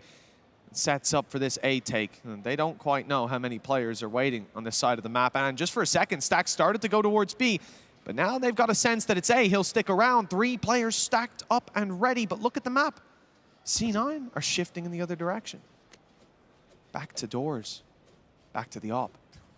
He hasn't had the best of times. He's been caught in moments. But this one works out. Immediately out of there, trying to hunt him down, but he's already dissipated, gone, and joining up with Buzz. It is a terrifying duo to try and hold on to this site. Straight away, though, Buzz clears that position already. Kills off Oxy, who is going to cause them issues, and they're starting to run out of time. They still need to clear these players from the backlines, but Rossi's done well. Taking down another. The spray as well doesn't land, with Vic getting one more kill, but they still have to get that defusal. They still have to deal with Izu in the backlines. And finally, that plant goes down. Oh, with low HP on Zeppa, he's barely able to escape that fight, looking instead for the operator. One hit regardless, but Izu lands it 3-piece for T1. We've seen this before, but Rossi in a clutch. Which one will outweigh the other? Gate crash all the way to elbow, and Rossi knows they could be anywhere. Surrounded in his head, fighting his demons as T1 just wait him out and eventually find him down below. Another round for the defensive side, closing the gap. And 7-5 still possible as we come into the final round of the half. That was a really good round from Izu. I think a lot safer in the battles he was taking. I noticed in the early rounds, a lot of what he was doing was just playing an angle where there was no way out. This time it was the complete opposite. Get that information, but also get the opening pick, reposition. Get another pick, reposition. He was constantly moving around the map, and it did. It left Rossi second-guessing at the end. Like, I don't know if this guy stuck the TP, faked it, he's still coming behind me, so there's only one place I can sit that's safe, and it wasn't as safe as he thought. Well, they had all the info. Unless he was running away from the site, which would have been a questionable play at that point. 1 round left to play for in this half. T1's defense is certainly warmed up. It was a very slow start. But they're hot on the heels of Cloud9, flying high in these last couple rounds. Aggression from Izu could carry them forward. C9 are on their way. They're in the spawn. They're not looking to doors anymore. They're not looking to that mid play, conscious of the impact Izu was able to find last time. Instead, it's towards B long. It's straight into the operator. Gate crash we just saw put down by Izu. He's got an escape route. That means he's going to be sticking around. And if they don't use utility to clear, they'll walk right into this operator. The smoke fades, and Izu not landing the shot, but uses the gate crash for a second chance. A second shot at these, maybe even a third. Oh, he's stuck in the corner. In fact, he's taken a lot of damage. He's gone down. They've not been able to find anything. Stacks at least. We'll be able to get one. The ult popped from Buzz, trying to basically do this on his own. He's left out on his own, but there's Sylvan. Just ran through that cosmic divide. Moose's backstab could be everything, but they are watching for it. They are ready for it. It doesn't even matter. He's still going to manage to land the shot onto Meteor and even repositions through his own cage. Sylvan, though, the hero of this round, waiting patiently, and Vic started this with a pistol, still has a pistol, unfortunately, just has no time. Yeah, I mean, it's time to just run in and die. A crazy play, and if it works out, be written into the history books. Unfortunately, it's another kill for Sylvan. And a 7-5 half now locked in for T1. It really didn't feel like this was their map. The history, not fantastic, but now looking at that scoreline, looking at the last 5 rounds even, and so many of them going to T1, it feels like there's a chance. I don't know if the crowd would agree. Let's check. Do you still believe in T1? Oh, or maybe you guys have a little bit more faith in Cloud9. Oh, I think they do. Okay. They're with the favorites. Okay, slightly leaning the way of C9, which is interesting. I think now T1 heading into that attack side makes me maybe believe a little bit more in them. Now, you might be looking back at their game versus Foot and say, they got like 3 rounds in their attack. Yeah. It didn't look great. But you have to bear in mind that was up against a Vice comp, which I don't know if I've seen anyone else play Vice on this map, or at least not as competently as Mr. Fallen. Like, that guy was repositioning stuff to spots. I don't know if he'd even practiced. I think he was making it up as he goes along. And the thing is, with those vines, when you're diving into a site, you're just getting slowed immediately. So everything you have with that Neon, in the case of Buzz, was, oh, look how quick I'm stuck. I'm completely stuck and caught behind a wall. He also forced them to do weird plants. Now, that's utility that C9 doesn't have available to them. Now, I will say, I have a lot of faith in this team in terms of their retakes. I think they're excellent in that regard, but a lot of what we've seen... You got us. A lot of what we've seen from them has been those really strong attack sides. So now I want to see if they've still got enough to get this over the line on the defense. Well, as you said, T1 last time, an unconventional comp. I think they'll have a bit more of a grasp of what they're facing up against here. And C9, when they were on the attack, it was these direct hits, the ability to take these fights early on Oxy's ground. And T1 were forced to take some of those duels as well, at least in the first couple rounds. It didn't work out. They adjusted, course corrected. Now on their attack, they get to be the ones to set the pace, to take fights on their own terms. C9, well, one's being spotted towards the elbow, and there's going to be a lot of trouble. Relay Bolt hits the back, the stun is up. Vic in trouble, calls for some support, but he might not need it. That's 2, 3, and back for Vic. And he almost got a little bit more, but now the kills swing back the other way, and T1 not down and out just yet. Yeah, they haven't managed to get the plant. So the time pressure not get onto C9. They don't have to get aggressive, but maybe want to try and catch these players while they reposition. The plant tap from Meteor is basically trying to bait them into a fight, and it works. Oxy goes swinging. No trade available, but eventually, Rossi, the Pistol King, will get things done. A man, though, that's been truly ridiculous in these sort of rounds. Think back to that first pistol, almost winning the 1 versus 4. He's going to shroud himself in cover, but the swing is, well, it's expected completely. C9 will get their second pistol of this map. We'll look to build. Yeah, as we said, that was what was missing from Abyss. Strong starts to the half. The pistol rounds and what seems to be almost a guaranteed 4-0 start for C9 in most of their games, barring the half to Abyss.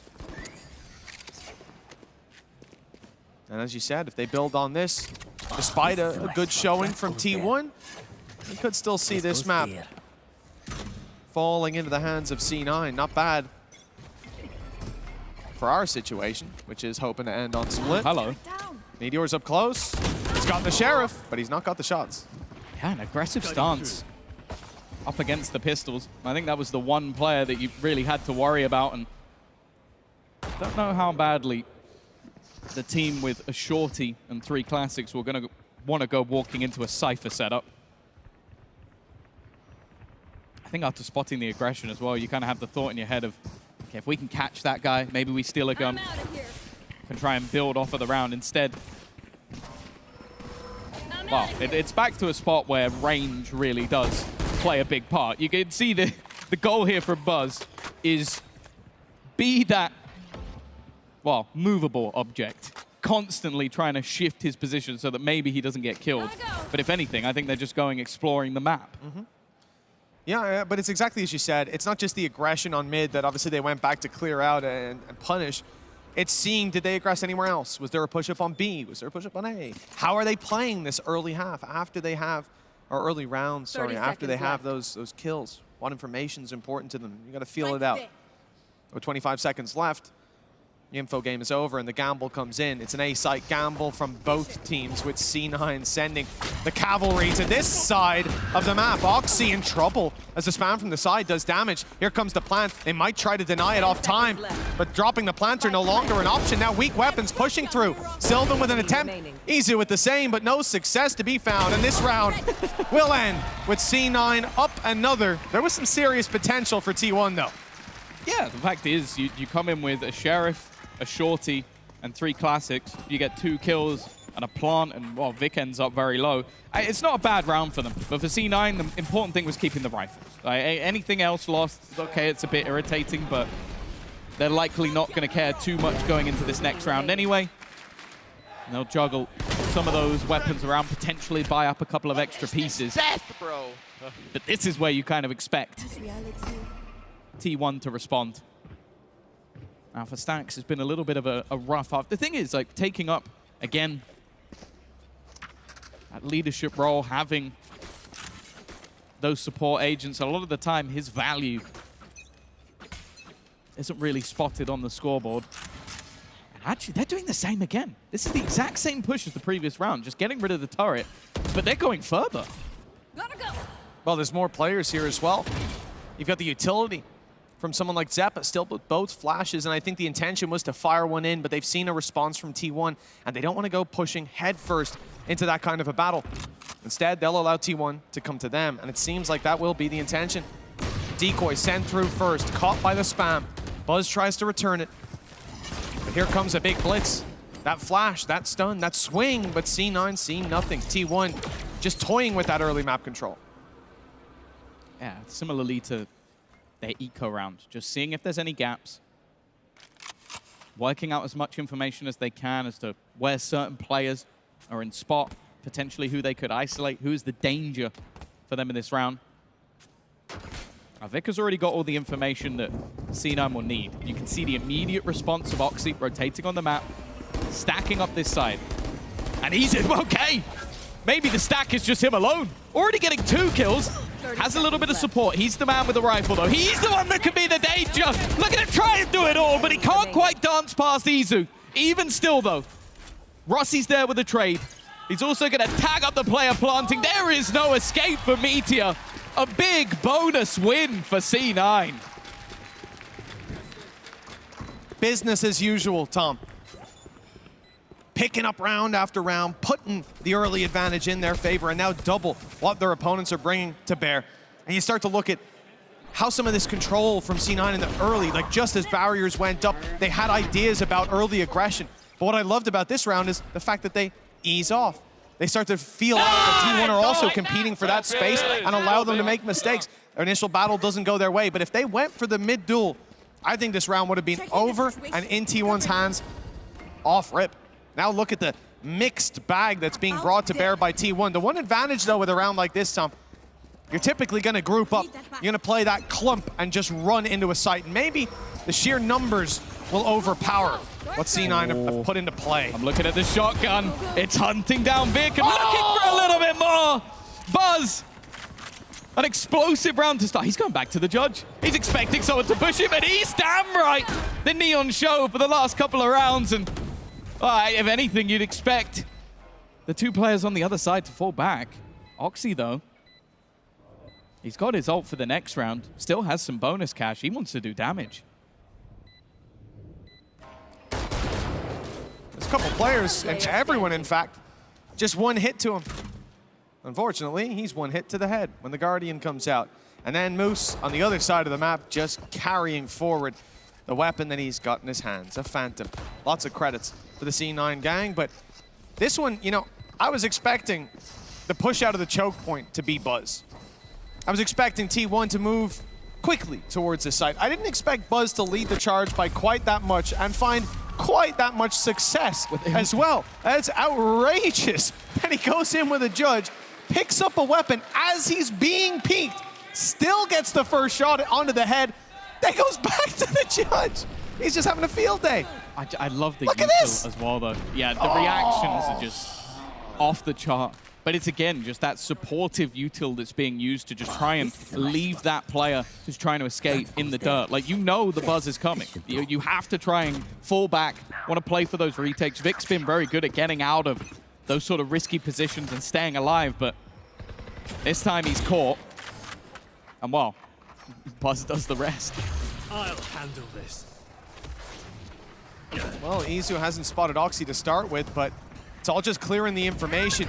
Faking out the presence as he moves towards the back of A site. Decoy in hand as Oxy puts a bit of a disruption into the mix. 3 kills already. The ult has created more than enough space for his teammates to flood right back into. And that's kind of, I guess we didn't really touch on it too much, but Oxy, as these rounds build up for T1, you are just waiting for him to show up and show his hand, quite literally in this case. Yeah, he's just an incredible player. And when you have that ult being put into play to clear angles, it allowed the rest of T1 to just take that space almost for free, and he just dives back in with them. He's like, okay, you're taking the space. I'm reclaiming it step by step, getting all the kills as he goes. As I said, statistically, first half, it didn't look the best because he was taking that aggression and giving his teammates basically all the information they could ever need and just dancing while they kill. Now he's moved up to second on the board for his team. High impact, lots of damage.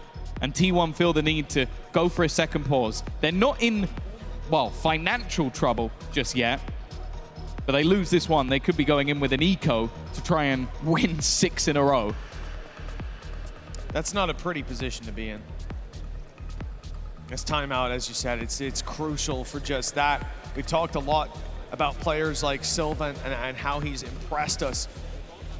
But really, we look at someone like Buzz also putting up the numbers here. It hasn't been like those two have fallen off the face of the earth.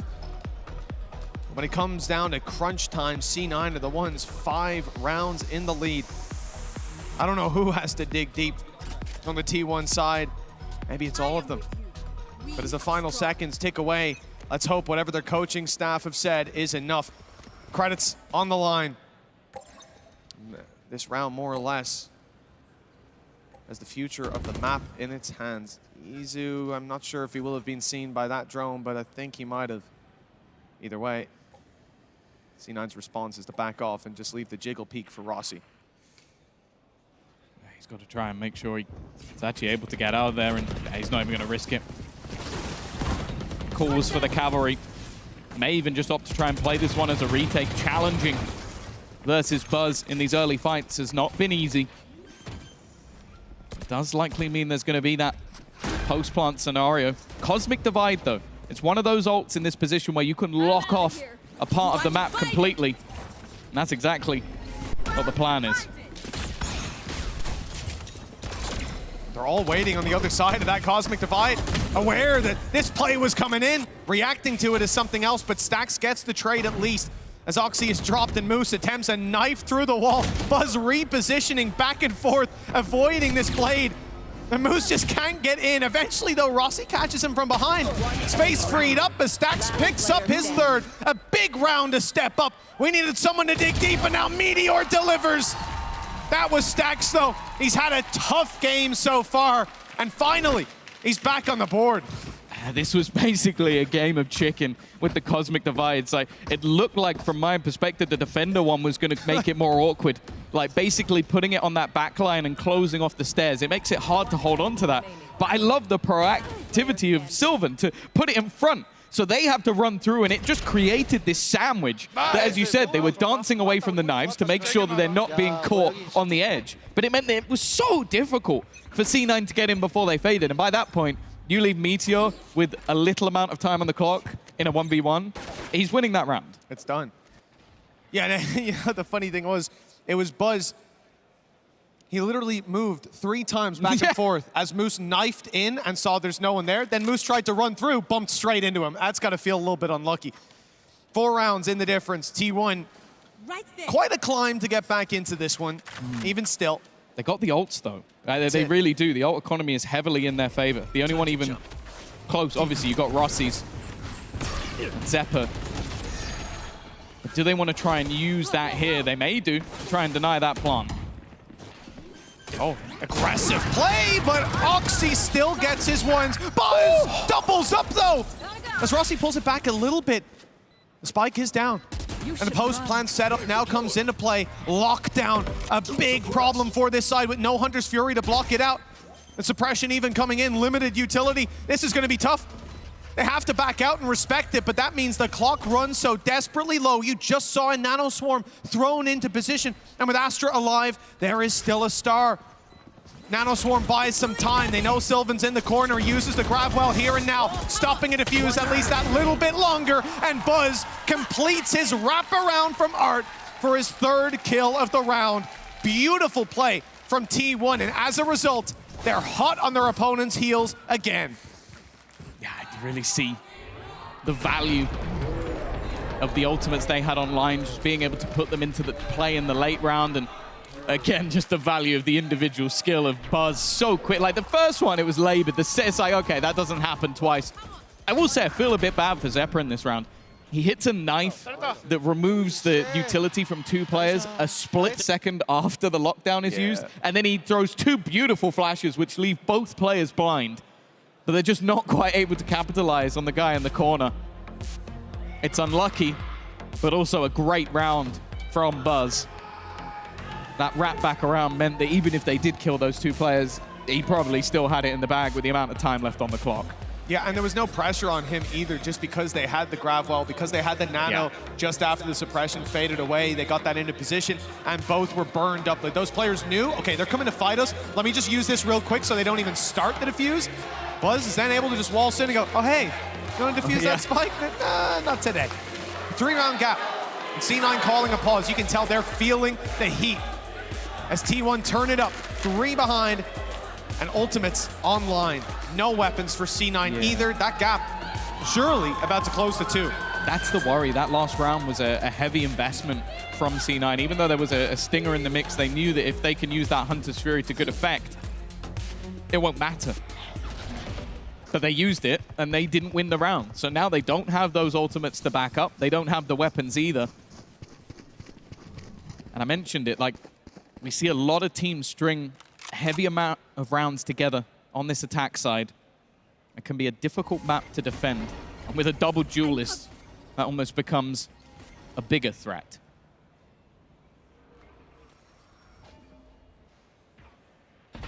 The slow march of T1 down B long has not yet been spotted. There is a trap waiting for them. Moose goes for the spam, but won't find it. And now look how quick they're on top of you. Moose, he's shot in the back. The slide pass by Buzz, but the challenge by Zeppa. Happy to rush on in. Meteor doesn't get quite as much as I thought, and in fact, this is falling apart, leaving Stacks to do it. Oxy, not one to give up those clutches. It's 12-8. This round looked like it was set up for T1's success, and instead, C9 have clinched it out. Yeah, we could have seen a 4-man spray down. It looked like the whole roster of C9 lined up at one point. And the bullets just did not... Look here! They're all just basically lined up, and somehow Oxy gets away. Vic wins this battle with a classic. And then, whoa, okay, yeah, you set them up and you leave Oxy at the end. He's going to knock him down. That is a round that T1 are going to want to live to forget. And more worryingly, they put C9 on map point. That's it. Now 4 in a row for T1.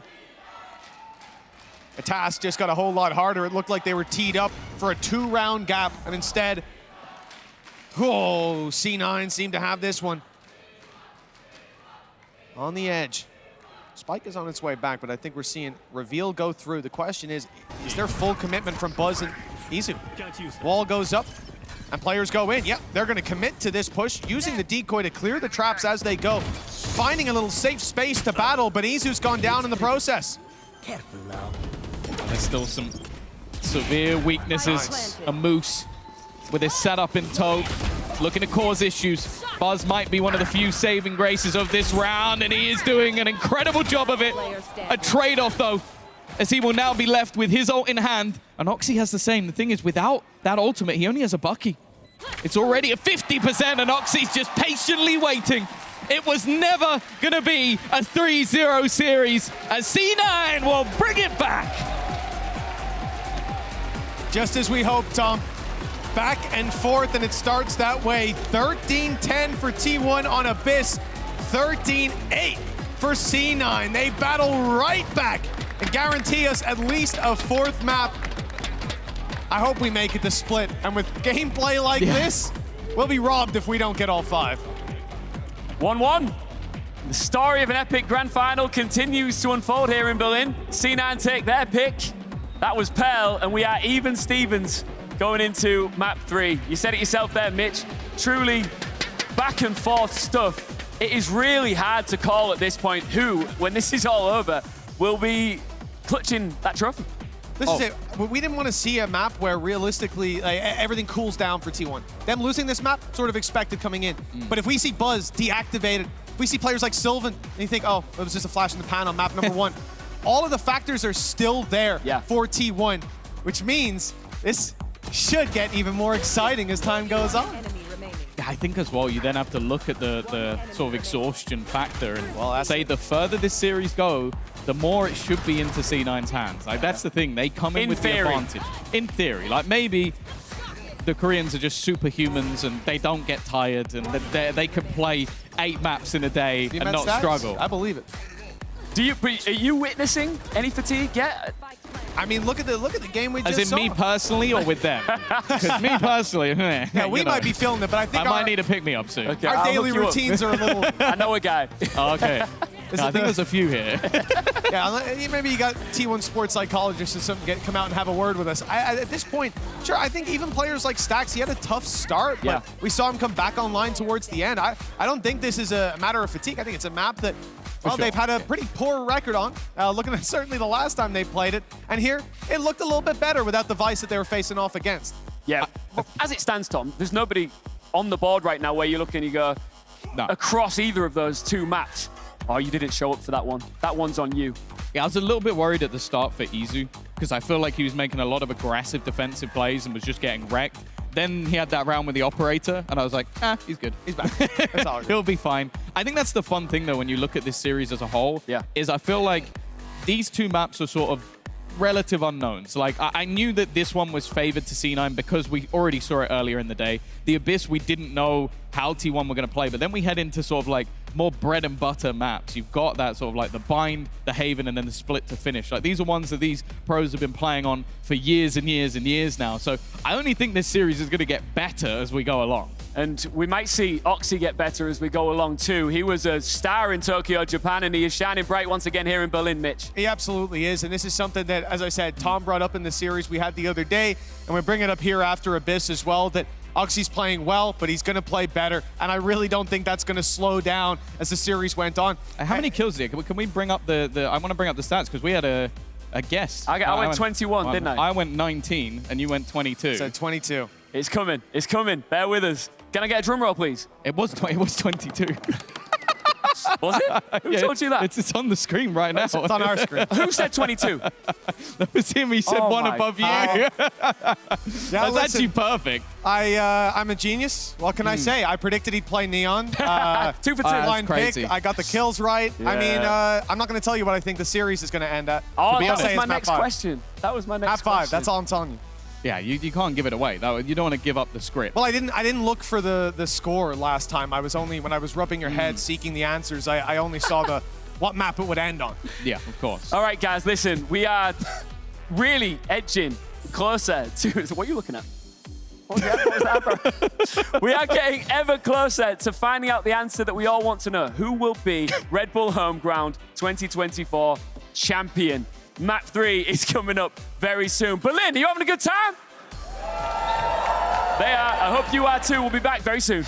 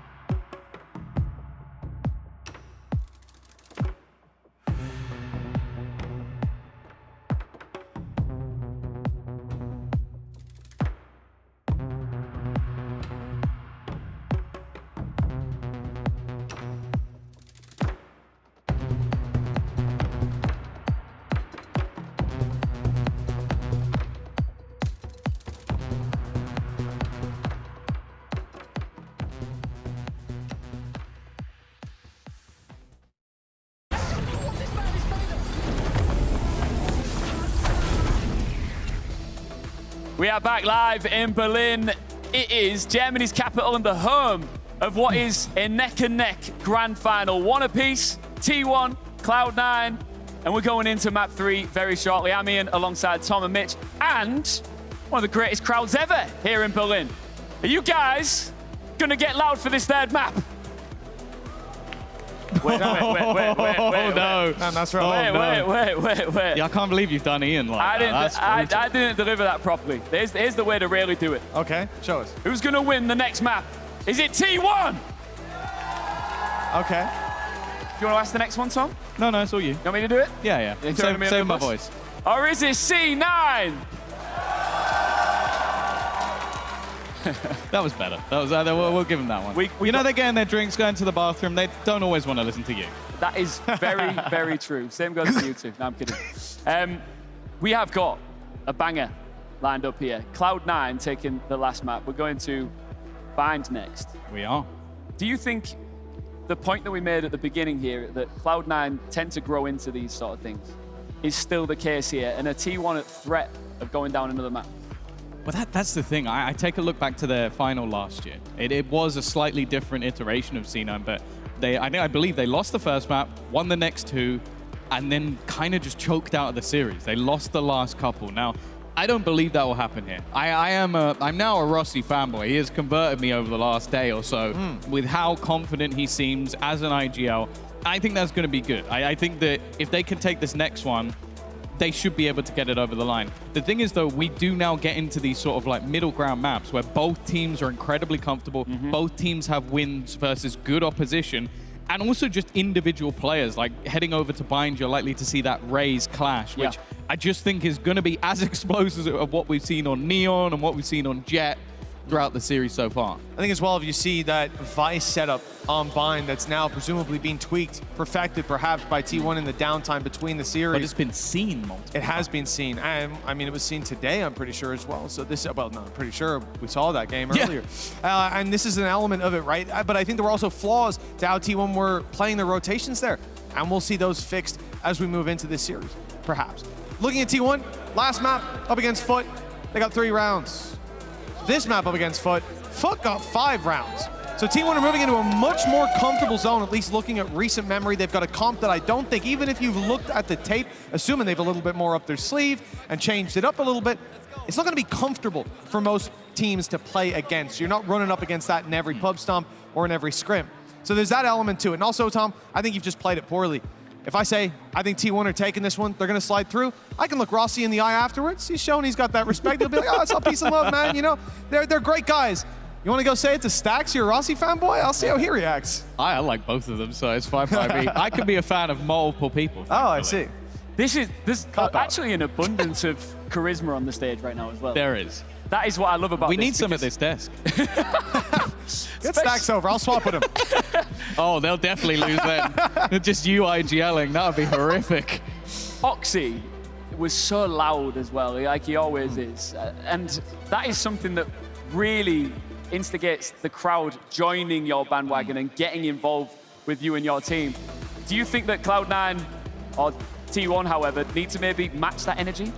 I don't think so. I think Stax is renowned for silencing people like that. Like, that is what he's good at. He will wait for the moment where you are, like, so confident to completely shut you down, and then he'll stand up. It's almost like that final blow, like, oh, I'm already being defeated, I'm already losing rounds, and then you look across the stage, and just above the monitor, because he is a short man, you will see this guy like giving it as much as possible. I'm not sure why you had to bring height into it. That was a little messed up. But well, as this desk is of course full of 6'5" men, I feel like we can say that. We're all actually kneeling at the moment, and I think kneeling to worship what we're about Adam to see actually from wears T1. stilts when he's near us. This is true. This is true. He's actually a very small man and very scared to show that, but it's okay. We'll get the real Adam out one day. What I'm excited about, though, in all seriousness, is looking at, as I said, the Vice setup, looking at Stax. He had a bit of a slow last map. Now he's on the KO, has a little bit more individual ability to go for those duels on a map like Bind where you can thrive. I think this is going to be back to winning ways for T1 and a challenge for C9 to keep that same momentum and for Oxy to show up when, if he's diving in with those blast packs, there might be a wall stopping the rest of his team from following. We haven't seen any stomps yet, so Tom, we can imagine this is going to be another highly contested map. I'd hope so. I do think that a lot of teams, when facing up against that Vice, have really struggled. I think it creates awkward scenarios because when you play against something week in, week out in all of your scrims and all of your matches, you can start figuring out counters to it. Watching someone else do it, you can have ideas, but someone like Meteor, you're talking about one of the best Sentinel players, scratch that, one of the best players in the entire world this year. If he plays that agent, it's going to be the hardest you've ever had to face that agent. There we go. As I said, Oxy, blast packing his way into this map. The raise could be deadly. It could be somewhere that he finds himself hitting showstopper after showstopper. If he's got the same stamina for those ults as Buzz did on map 1, oh, yeah, that could be terrifying. But Buzz is going to be looking to match him pound for pound. What I'm excited to see is the solutions that Cloud9 bring to the table, because this setup from Meteor on the defense will be difficult to deal with. For sure. Do we want to make any predictions when it comes to kills like you did last time? Do you want to keep your Should we go with Meteor going? this time? Yeah, let's go for it. I'm going 19. high. I'm going 26. What are you going for? Meteor in the Vice. I think he plays around his util, a little passive. I'm going to say 14. All right, well, starting on attack. one of these two teams is about to tee themselves up for a potential championship-winning map 4. Will it be T1 or will it be C9? Let's find out on Bind with Tom and Mitch. Thank you very much, Ian. Yes, it's time to dive on into Bind as the barriers will go up any moment now. And T1 will be tested on the attack. This composition can strike fear into your heart when they're on the defense. But starting here on the attack, perhaps there'll be a little bit more of a challenge. You can see the wall put down by Vice around the middle of the map and a battle on B long that's evaded. Now that wall is going to give you constant flank protection. If someone crosses it, you will know all about it. It's at least some benefit that will be brought here on the attack. Nice flash up close. Zeppa. No, it's not going to be first blood for Zeppa. Instead, Stax taking him down, and Oxy with a bit of weight on his shoulders. Nice shots! 3 down, and T1 left in the dirt. One enemy remaining. Yeah, he's looking to do it all. A chance to maybe clean things up, but it won't be. Moose will steal that one away. Still yet to get that ace within the server just yet. I think Oxy has definitely been the man to be closest.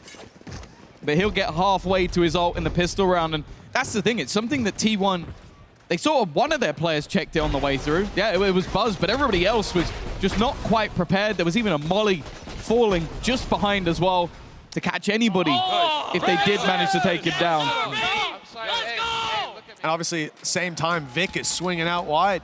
So those other two players, they're staring down a barrel on the other side, not knowing there's one pointed at the side of their head.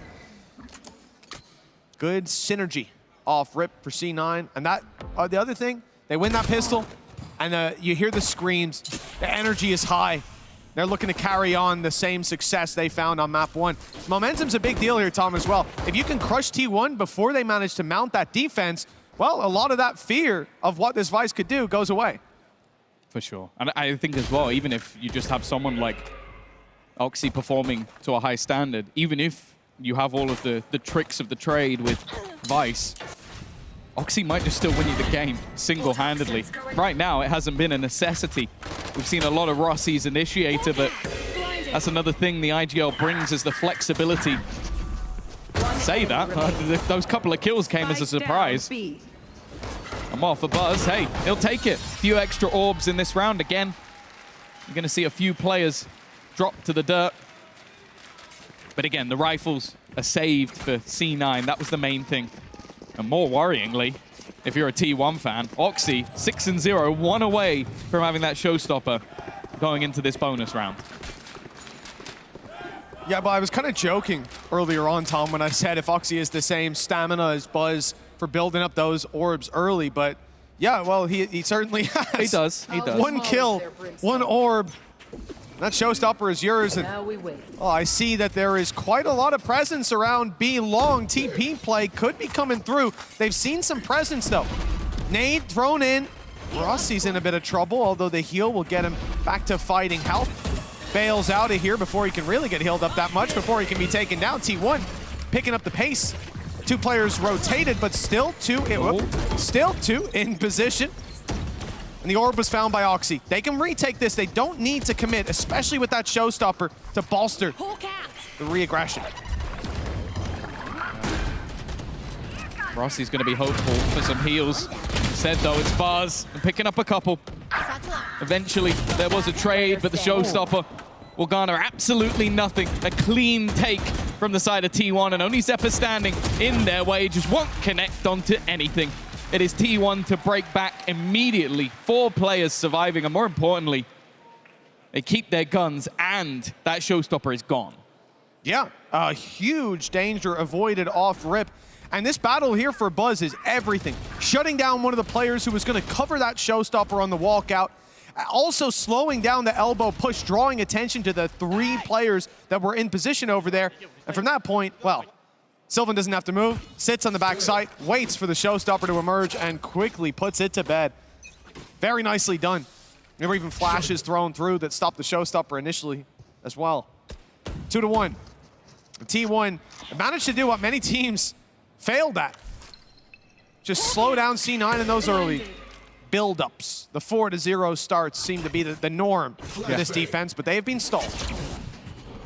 Again, you have to consider the amount of potential flashes there are for T1.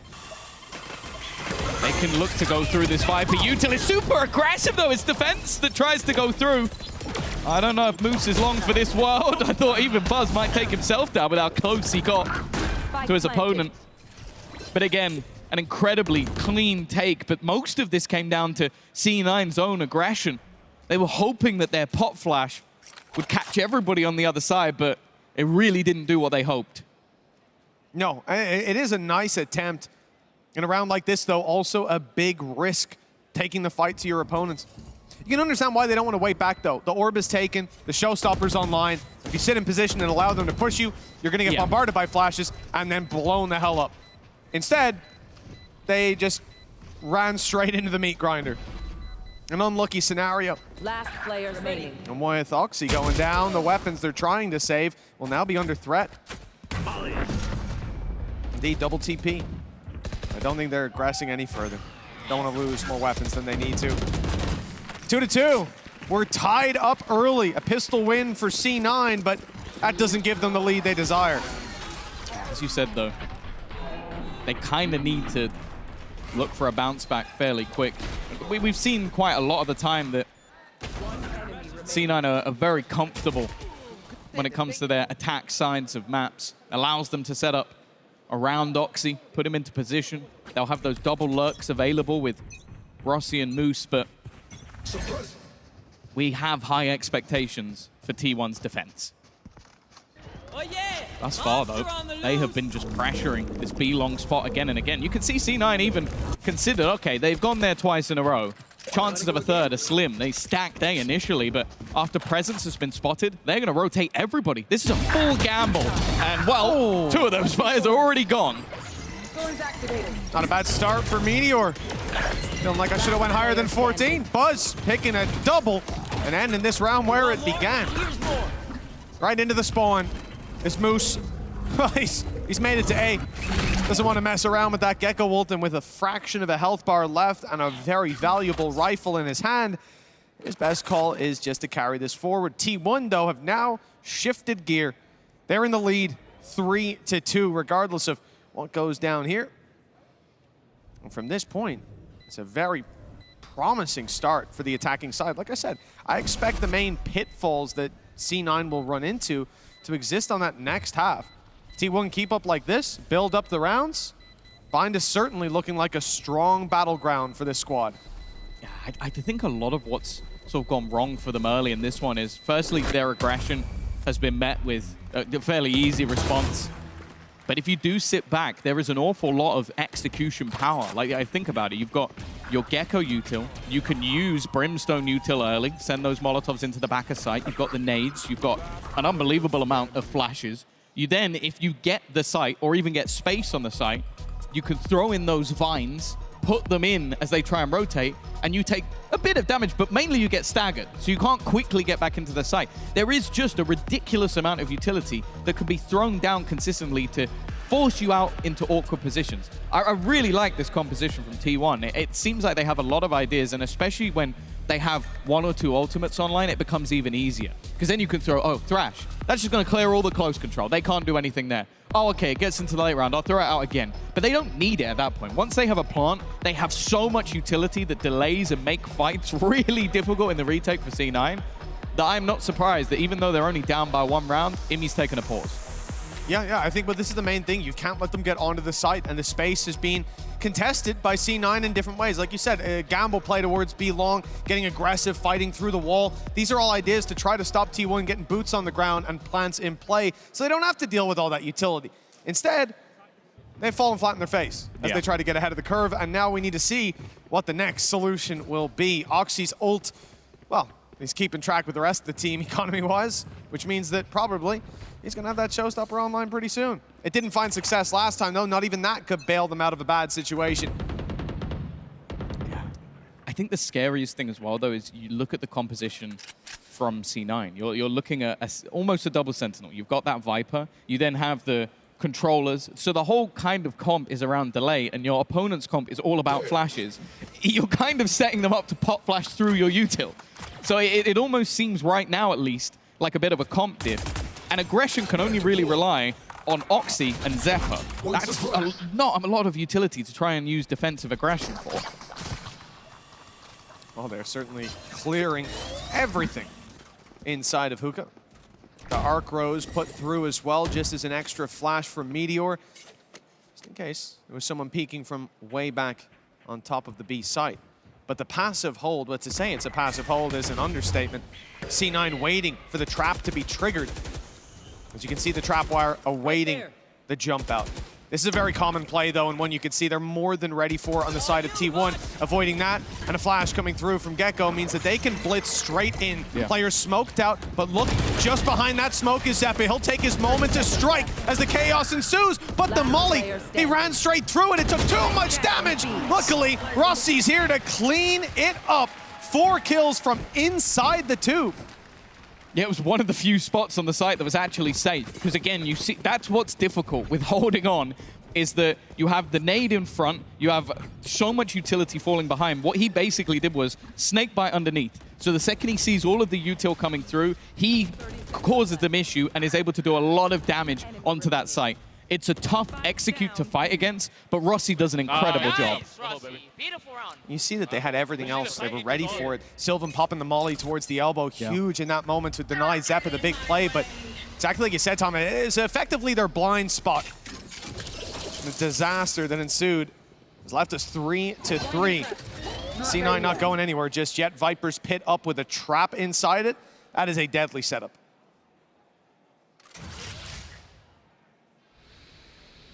Yeah, I like this, though. Is that in case he pushes forward, he'll get trapped out of his own Viper's Pit, and it will take it down. That's gross. That's actually really disgusting. But a cool idea. It also lets them know if they've lost that control. Either way, Oxy up close. He's going to try and be the little rat within the smoke, not expected, and the rest of the team are there alongside him.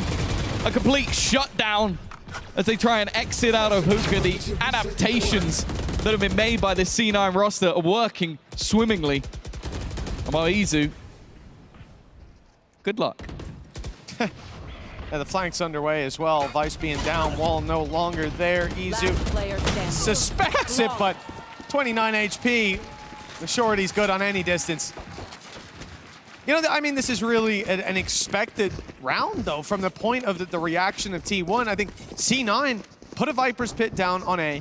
They have full control there. They have a trap inside it as well. There's no need for them to be worried, and all they need to do is stack up the other side of the map. Even then, they're a little bit late to it. Vic was a little bit far away, just about able to get the smokes in as the push came into play. But the numbers on site, the fact that they are more than ready for the hit to come in there, plays cleanly into C9's hands. 2 rounds in a row now, and the lead is theirs once again. Yeah, I like the fact that Oxy's now starting to be a little bit more audacious. Like, play around that util. That Viper screen in the last round was pretty much set up for him to be in that spot, leaving that tiny gap for him to play within. There.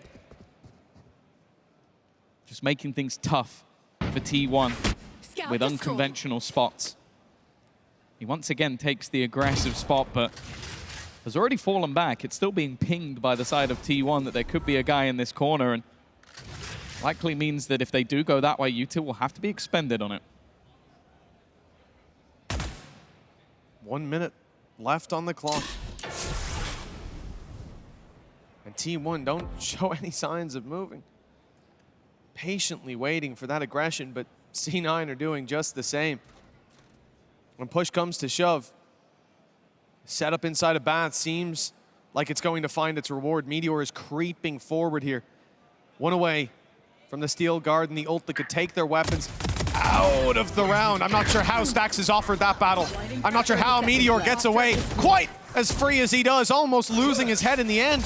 But these players in Bath pushing up means that there's not as much presence around A main. In fact, the TPUs, they go in the other direction. There's a trap here for Rossi to work around. He's big in clutch scenarios, up against the numbers, and he's stopped them in their tracks. Spike down 10 seconds, and he's killing them all. 3 big kills, 6 seconds. They need to run, and in fact, the time is now gone. No time to get that plant. But Moose, he needs to run for the hills, baking it out just in time, and even finishing up the meal.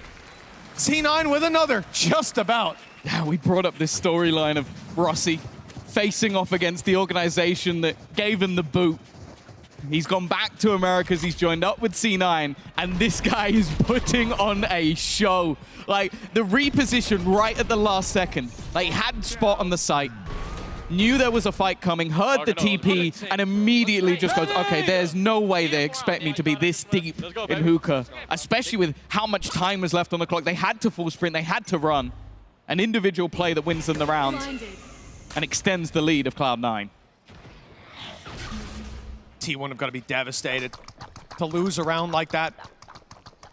Every time C9 run the clock down low, they end up winning out the round. We saw that on the previous over on Pearl. So many down to a second or two, and right here, T1 couldn't quite replicate that result. Change in traps on the B setup. Look at where they are. Wow, my eyes are down. The info is huge. 3 players still on long. Steel Garden, let's see how much it can do. Taking away the primary weapons. Oh, it got them. It got the players over on long as well, but they won the battles with the pistols anyway. You took away the primary, and they're doing it with the secondary. The showstopper then gets a multi-frag as well. This round started so well for C9, but now it's left onto Oxy. So many players still to deal with. The nade will buy him a little bit of extra time, but eventually that spike is going to be planted.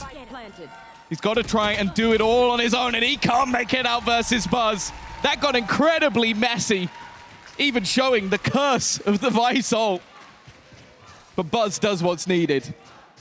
Well, that's it. I mean, we talk about breach stuns being cosmetic, but with some of the pistols and the players that we have in this game, it doesn't really matter what weapon's in their hand. We've seen Buzz in round 1 of this BO5 coming out with a knife kill. And right here, a little bit more outrageous was the 4-piece. They were all around him. Shorty's firing. He's dancing back and forth through the smokes. The savior of this round. And we talked about Oxy and how he'll heat up as time goes on. Well, Buzz on the other side is not happy to be second fiddle, leading the charge on the server. Now just 1 round behind our T1. And the weapons, they're out for C9, but the credits are running dry. It makes you realize how sort of crazy the radius is on that Vice ult. Yeah. The fact that it takes the players' guns. I think that might have even been a shock to the Cloud9 players in the corner on long. It didn't matter. Oxy has been so happy to just push versus the Vice and Meteor, not allowing him the space that he would desire. Moose also just sat in that back corner. Plant will be denied, but Moose has been lost. Now, the return of the showstopper on the other side, but no one meets their maker. Somehow that barely even did damage to Izu. I have to feel like C9 were robbed. Sylvano will be punished by Rossi. An animal when it comes to this shorty. And now the eyes drawn towards Lamps means that Zeppa could be free to just walk right up behind Izu. A free kill and a flash that follows. Stax reacts well for the first, the second, and almost the third. No way! They're down low, 14 HP, and it won't be enough. Stax steps up when it matters, and it's 5-5. T1 tie it up. They're gonna have nightmares about that one. There shouldn't have been any way he gets that second kill. Almost lining up at the end, and well, they took a few extra bullets to finish them off, but that's why we talk about Stax as a legend. Someone who did it with DRX for so many years, made it to the top of tournaments, but the victories were what were missing. The trophy cabinet yet to be filled.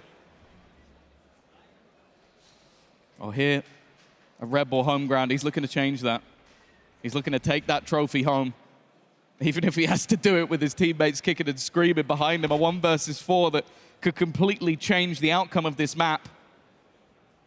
5 stingers is what sit in the back pockets of Cloud9. A Viper's Pit used and 3 players sat within it, hoping that their opponents would challenge. Instead, they look to hit B with just a single defender. Well, that defender isn't looking to do all too much defending. Backing off towards the elbow.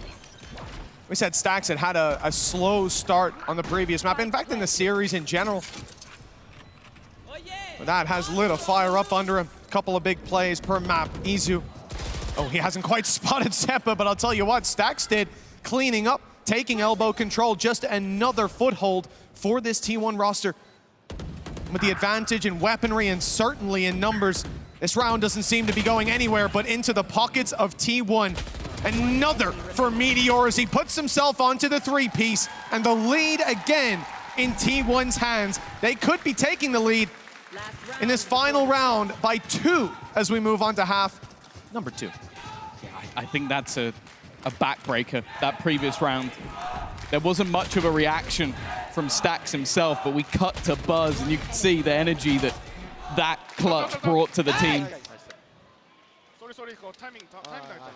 And now we see Meteor stepping up to the plate as well. That's the thing. This roster now has so much depth of talent that anybody could be the one to take them over the line, but I don't think C9 are going to feel too disheartened. The only worry is what we spoke about. That vice on defense has been hard to break. And already, a null command used. They're going straight into A. Trap destroyed on the right, but not the left. That leaves Stax in a vulnerable position. Oxy, oh, he gets a little greedy and not able to defend that body now. Stax will be brought right back to life. Spike planted, sight secured, and the flank, Zeppa knows at this point. I think they've got a read on where these traps have been coming in. He's going to go the long way around. This means you don't expect to see C9 on the site going quite that quickly. They'll group up. The nade, though, slows them down even further. That might play into their favor, though, with Zeppa causing trouble behind. Buzz has the nade as well. That's going to force them out of the smoke into the open, but it might not matter. Who's left to stop them? It's Stax again. The flash not quite working in his favor, as the defuse will come through. And it'll be neck and neck at the halftime of map number 3, Tom. Good sign still, as it's hard to split the difference of these teams. God, it feels like a series that's going to go all the way. Just looking at complete back and forths all the way through, and for C9, they'll now head into that attack side.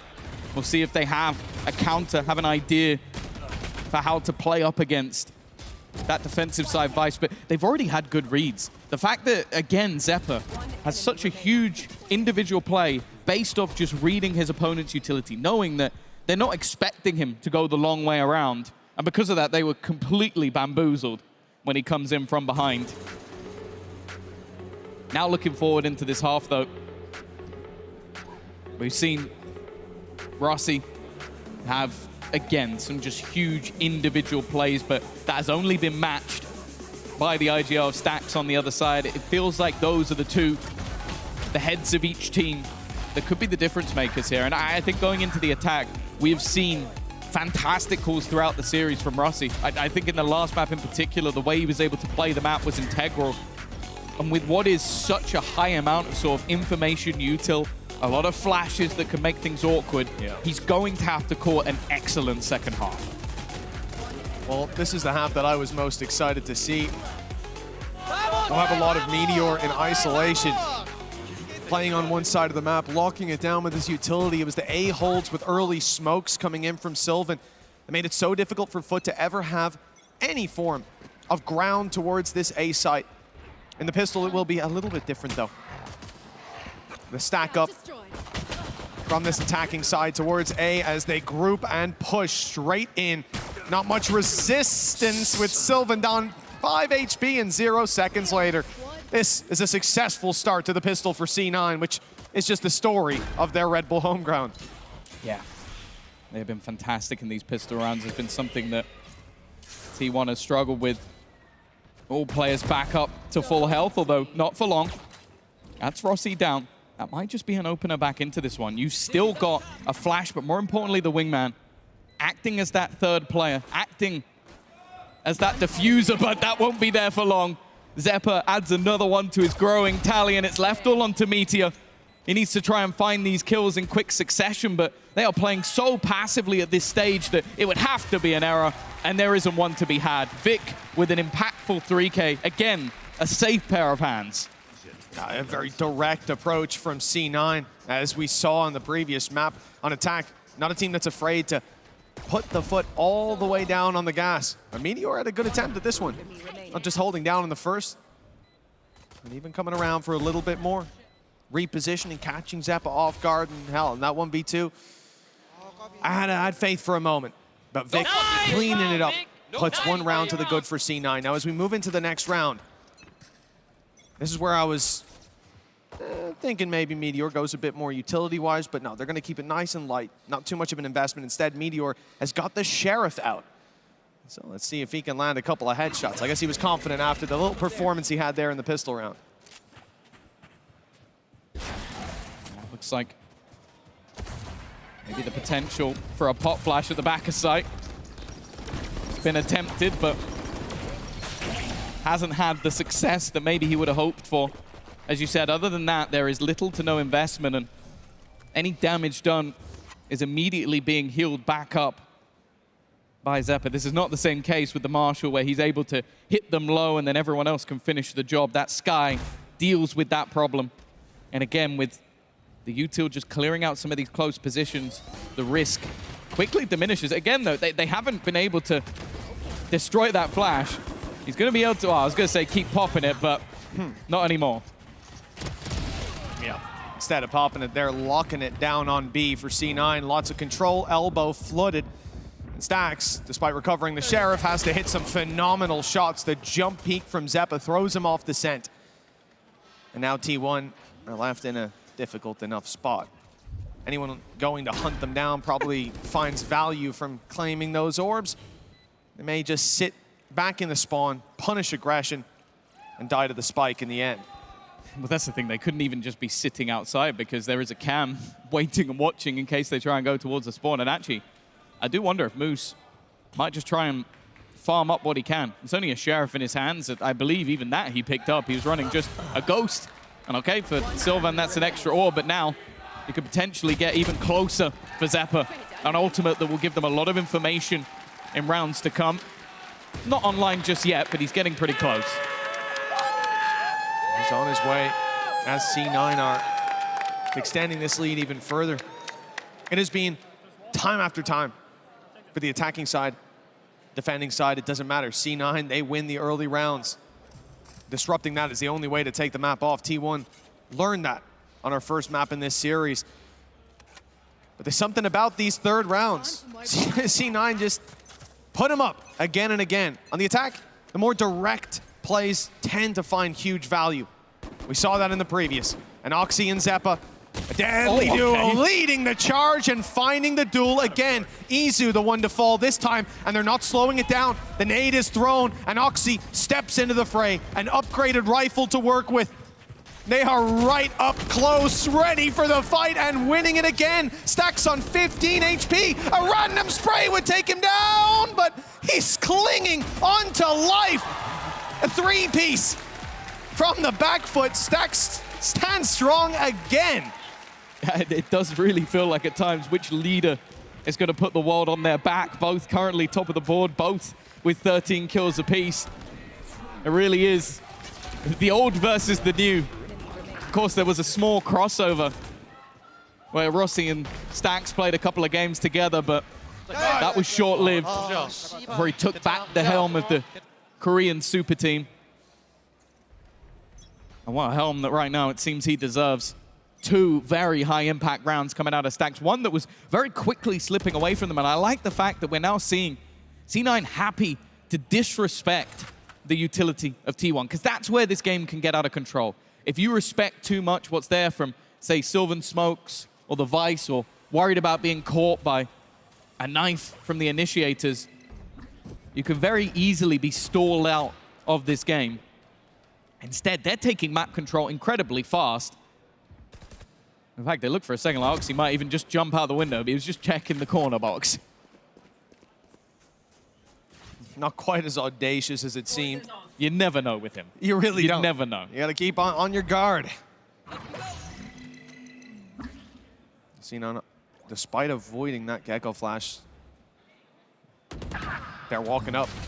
And that was learned the hard way by Izu. Molly down, but the blast packs through. The nade clears back sight. Sylvan quickly reoccupies that space. Steps are heard. They know where he is. But the shot is wonderful. One more around the corner, and he's got 3, making 4! Sylvan's not going anywhere. Phenomenal series so far for this young gun, and well, another under the belt. C9's lead evaporates, and we're neck and neck once more. The Sylvan Surfer moving his way around quickly into reposition after reposition, and the crispiest aim you'll ever see. He was the player that came into this roster as one that you go, Stacks, Buzz, Meat, like these are all big names. You go, Sylvan, okay, he's the guy who's come back from China, is all right. But he looks incredible. Like, he really has had some great maps so far already. Thinking back to Abyss with his Astra, it was impeccable, and now his sight holds again. Looking like they could be a game changer. We're back to level again. But I'm looking at these low buys, I'm looking at the Seekers, and I'm still a bit worried for T1. C9 have made it work before. It certainly wouldn't be the first time. This time, utility thrown into the back of the site results in 2 kills. Rossi able to quickly clean up Stacks, and now Disaster may strike. The man who's bailed them out of so many of these swing rounds falls to the wayside, and C9 have a huge advantage.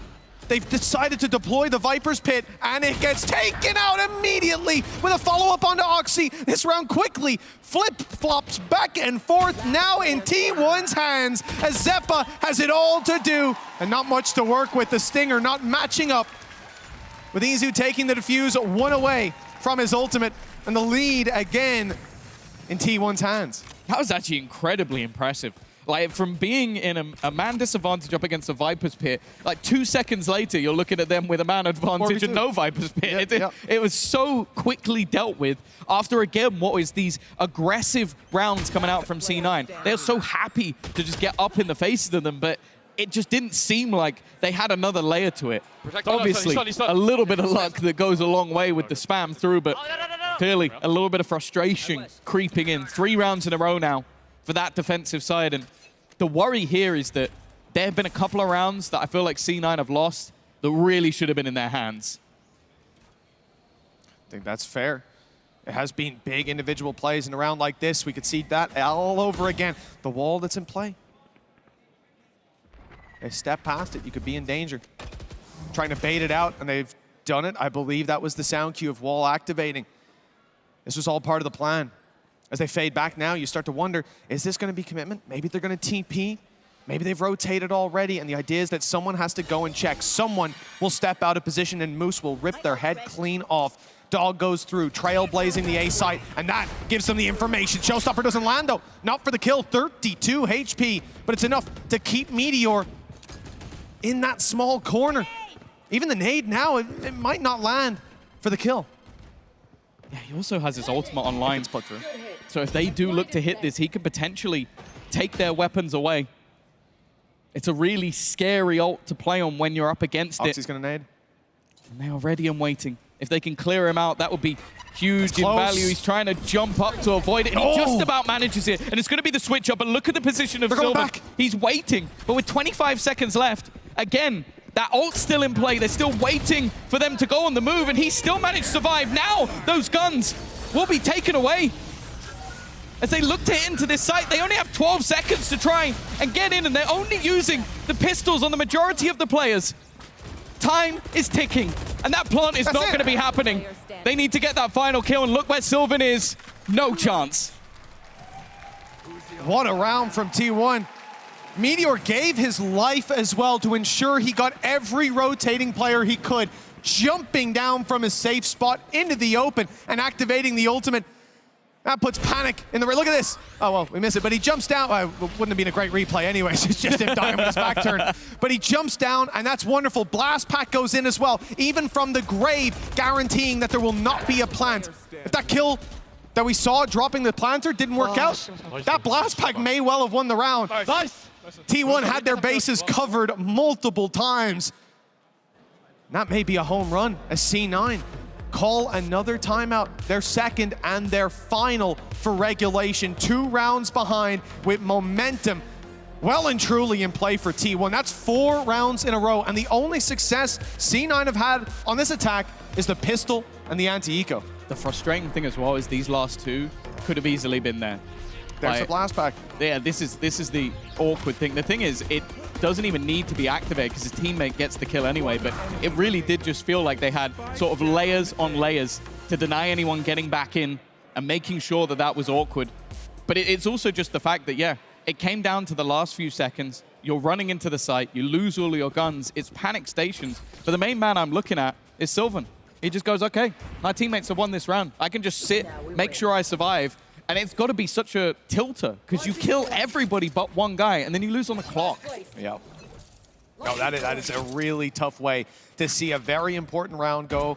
But for C9, despite huge investments, despite the ults they put into it, the position their ult economy now is in where they might not have any online if T1 do run away.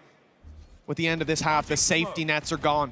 And C9 appear to be in free fall with credits running dry. There's still a couple players able to buy, and with the loss bonus, they'll be distributing that cash well. The T1 have got a little bit more of an advantage. Operator on Buzz, locking down Bathroom. We've seen the smoke in play many times, but this time it's wide open, and Moose seems aware of that. He is, I mean, we saw it at the start of the round, it's one of the most passive holds that you can possibly play. He's in his spawn. And then he's caging the cross. He definitely knows something's going on. I was like, this is different. This smells off, and there you go. They're going to realize where Buzz is. Knowing where he is and dealing with him are 2 very different things. He believes he's being pressured, but now he's actually being swung on from the other side. Goes back to try and fight versus Moose, who's looking to try and get this close angle. Oh. They've gone past each other, but Buzz still wins the fight. That makes it so much tougher.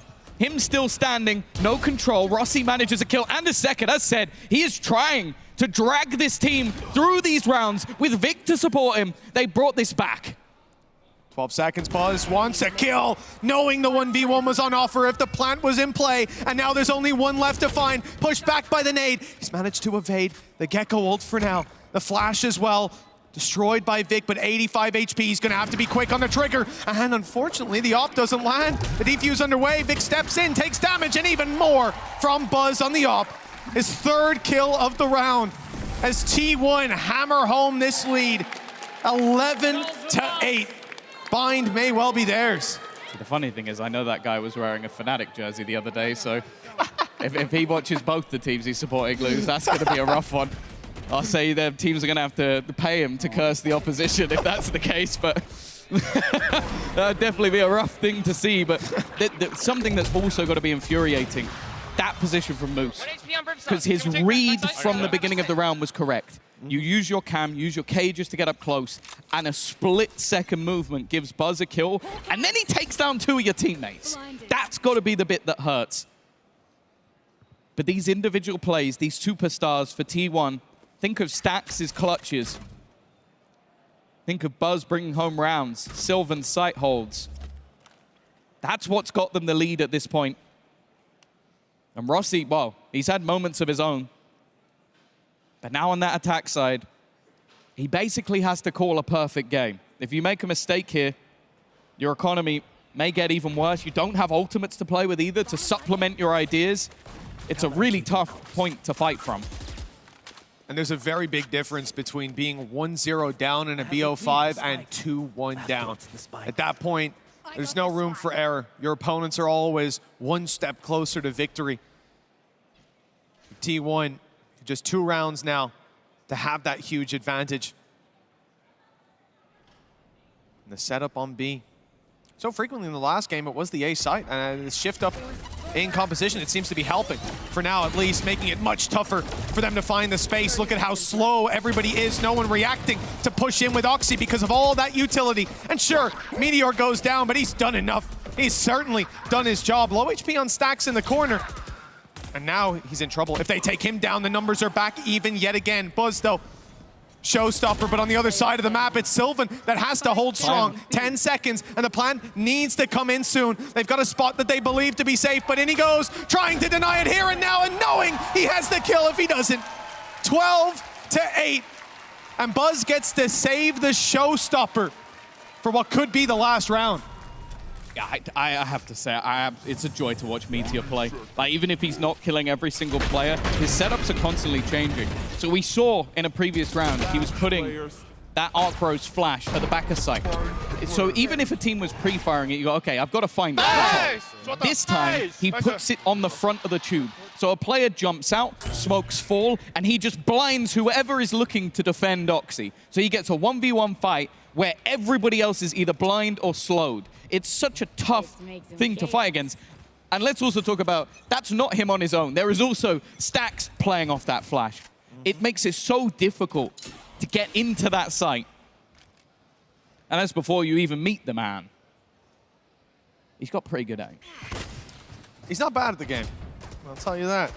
Here's Izu now, the one in position inside the tube as Meteor repositions yet again. Deeper Razor Vines inside of Hookah. The battle against Rossi is brewing. For now, at least, neither player looking to take the challenge. Seeker's retrieved an ultimate that can make things awkward for players in close corners.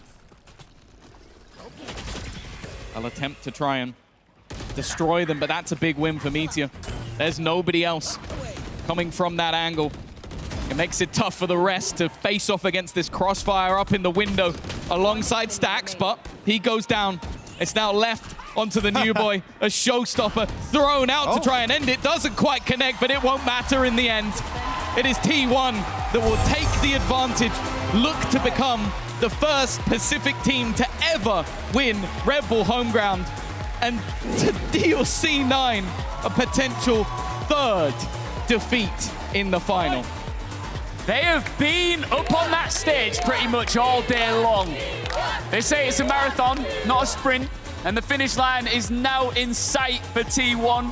1 map away from raising the trophy. Tom, T1 really are looking like that super team with super stamina. Well, yeah, so far they've basically played 2 best-of-3s in 1 day already. Crazy. We talked about that in terms of G2 yesterday. We were like, okay, can they have the stamina to get through 6 maps? Well, they've got through 6 maps, and they still have to win a 7th to get that trophy. But you look at them on the stage, like, they are not wilting, they are not exhausted, they are not a team that looks like they're about to make silly mistakes or errors that a team that's been playing all day might make. Yep. No, they look locked in. Mitch, they look like they just got up there. They really do. I don't know how they're that fresh after this long of a day. If I'd been awake, just not even doing anything, just awake at the time they woke up this morning, I think I'd be in pretty poor shape right now. But somehow, they're up You're there. in great shape. Thank you very much. Somehow they're up there delivering performances like this. And obviously Oxy, as a player that we talk about and have talked about, again, going back to Tokyo last year. This man is phenomenal. And after what should be fatigue sets in, they're still able to deal with him with Rossi reaching levels. I don't know what this man does, what happens in his head, like the anime speech going on every time he's against the odds. But once the numbers are against him, he just shows up. Speaking of that, Stacks in this clutch, I had 0 faith in him getting 2 kills, let alone all 4. And I can't imagine what it's like when you see this, the round crumble, all your teammates die, and you say, oh man, okay, well, we get him in the next. And then your IGL, who's had a tough series so far, shows up like that. Yeah, I will say, when we had him on DRX for a long time, he was always making it to those international events. I have missed him on an international stage. It's like that he's always had incredible players around him, but somehow he's the one that still makes the craziest plays. Like, you're the guy leading the team. You're the guy that a lot of the time is doing all the grunt work, like, yeah, don't worry, Buzz. I've got my flash ready. Oh, I've thrown over. Oh, you got 2 kills. Well done. Everyone's going, I'm stunning for you. Stax has only got 3 kills. He's not very good. And then you put him in a 1v4, and he just kills everyone. Everyone goes, maybe I should shut my mouth. I don't like to talk about it, but I did say 19 kills for Meteor, by the way. Not bad, not bad. I did say that. So I'm the only one who's wrong. Clearly, evidently, I know nothing about this game. And he was so much fun to watch. Just kept switching things up, but he was very unpredictable, wasn't he? He's annoying. Yeah. That's what he is. He's annoying because you go, I've got him. He puts his flash up there, and then he's got, you know, the vines that will hold us back. So we'll go in. I'll shoot the flash. Oh, I'm dead. And it's just like, and the thing is, anybody who's looking to support Oxy on the way, and it's like, don't worry, if this happens, I'll make sure to shoot. Oh, he moved it, he swapped it, he's done this and something else. And then even if you kill him, you had Sylvan as that site anchor who would just go, oh, their Brimstones popped 4 heads with a Guardian while we killed Meteor anyway. It was just, it seemed at times like an unwinnable battle. Yeah, well, it definitely did. I think if you got Cloud9 out here for an interview, if Adam Savage pulls up, I think they give you the same answer. It did seem unwinnable. There were so many rounds where I felt like C9 did everything right, and it just came crumbling down anyways because of individual plays. And I gotta say, I feel sorry for one of the fans out there in the audience. I saw if Buzz wins, I'm gonna get a Buzz cut. And, well, I hope he looks as good bald as you do, Tom, because I think that man's going to need a razor real soon. Nothing wrong with the buzz cut. Nothing wrong with it. Cloud9 did do a lot right. However, Tom, there were definitely some rounds mixed in there that they should have won. Yeah, I think a lot of it, whenever you have an amazing clutch, you have to then look at the other team and go, you probably shouldn't have lost that one. And I think that was the case. Like, we saw some crazy hero moments that came out from the side of T1, but then also like some time blunders where it's like, maybe you're showing too much respect. Like, I think that ult that was in play for Meteor, they were like, okay, oh, should we go? And then it came down to what, 6 seconds he's placing it down, you lose all your guns and you're having to just run in with pistols. It becomes very, very difficult. And even the round with the Viper's Pit, where they had deep control, you have a man advantage, you have a Viper's Pit down on spawn and snap your fingers and you're losing the round. It just slipped away from them in positions where you go, you should have had that one. That should have been ours. And I think that eventually got in their head as well. Well, after all of the rounds of Valorant played over this entire process of Red Bull Homeground 2024 here in Berlin, one of our 2 grand finalists is in touching distance of the trophy. Will they get their hands on it? We'll be back after the break.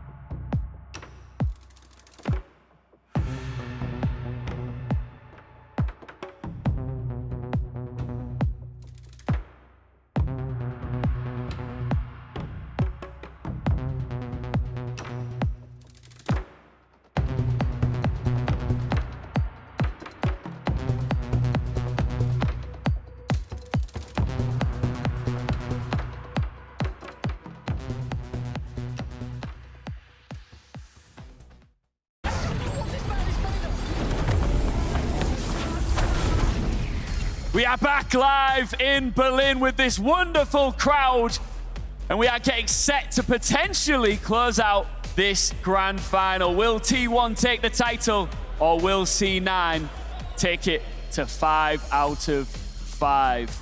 These are really the best performing teams we've seen in action here all week long, Tom, putting on a magnificent show here in the main event. Do you want to know the most terrifying thing possible? Give it to me. Is if they lose this map, Cloud9 will have lost this final 3 years in a row with 3 different scorelines. Because they lost 3-2 last year, 3-0 the year before, and this would be a 3-1. The difference, though, is that last time they had that 2-1 lead and got a couple of maps and then didn't take it over the line. This time, they're the ones having to do that clean sweep 2-0 back in the other direction. Yeah, I mean, look, the shoe's on a different foot. I think at this point, the reality is for T1, moving in to this map, potentially the next one, the question remains, what are they eating? What are they drinking? At what stage do they start to get tired? Because I don't know how many games of ranked you guys can get in a day, but even just ranked, low stress, not on a stage, no trophy, or I haven't traveled to a different continent. You is not low stress. For me it is. But it gets to you, man. You play like 8 games of ranked, it's gonna be tough. And this is a slightly different energy drain. Yeah, I mean, I don't think it's food, I don't think it's drink. What I think it is, I think it's a hunger to want it. I can see it in their eyes. They want this trophy. You mentioned Stacks in particular.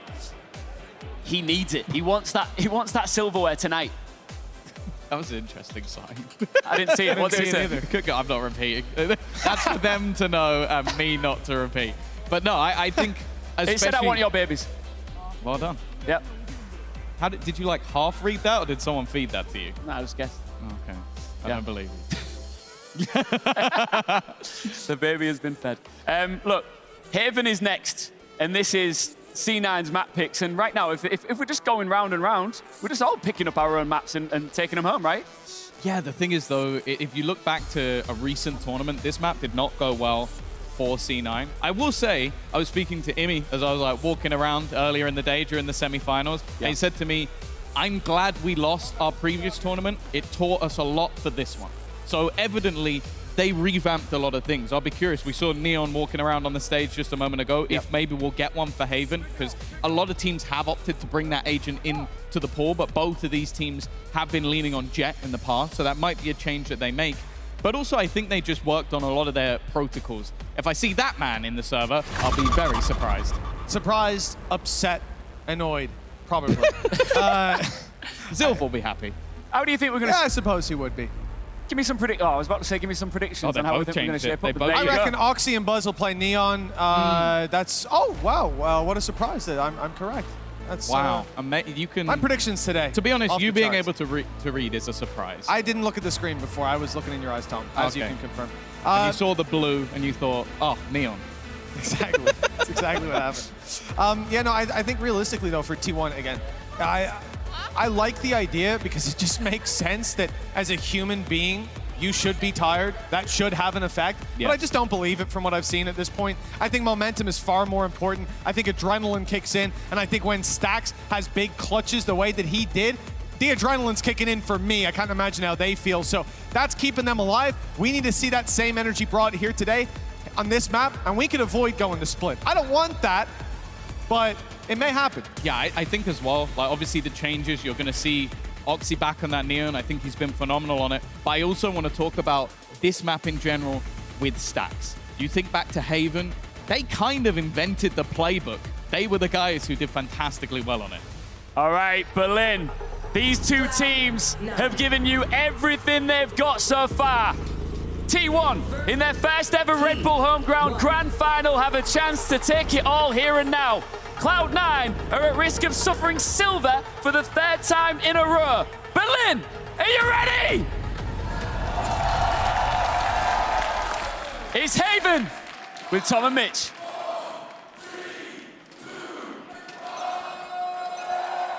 And it's time to kick off Haven. The barriers are up and T1 are away straight off the bat. Buzz is dancing. feeling happy. And we'll see how these Neon battles go down. Buzz has been a terrifying prospect to face off against, but we know as the series goes on, Oxy just gets better and better. T1 had their warm-up earlier on, deep into their day, a series done, and PO3 behind them in this sense of the BO5. Oxy straight through, he can't see a thing, but he's still hitting heads. The body shot to finish Sylvan. The reveal could be deadly. Moose locking down the side angle. T1 needs something to cling on to, and there's nothing being given. Even the damage eventually converted by a trap wire. That's something, but C9 are flooding from all directions.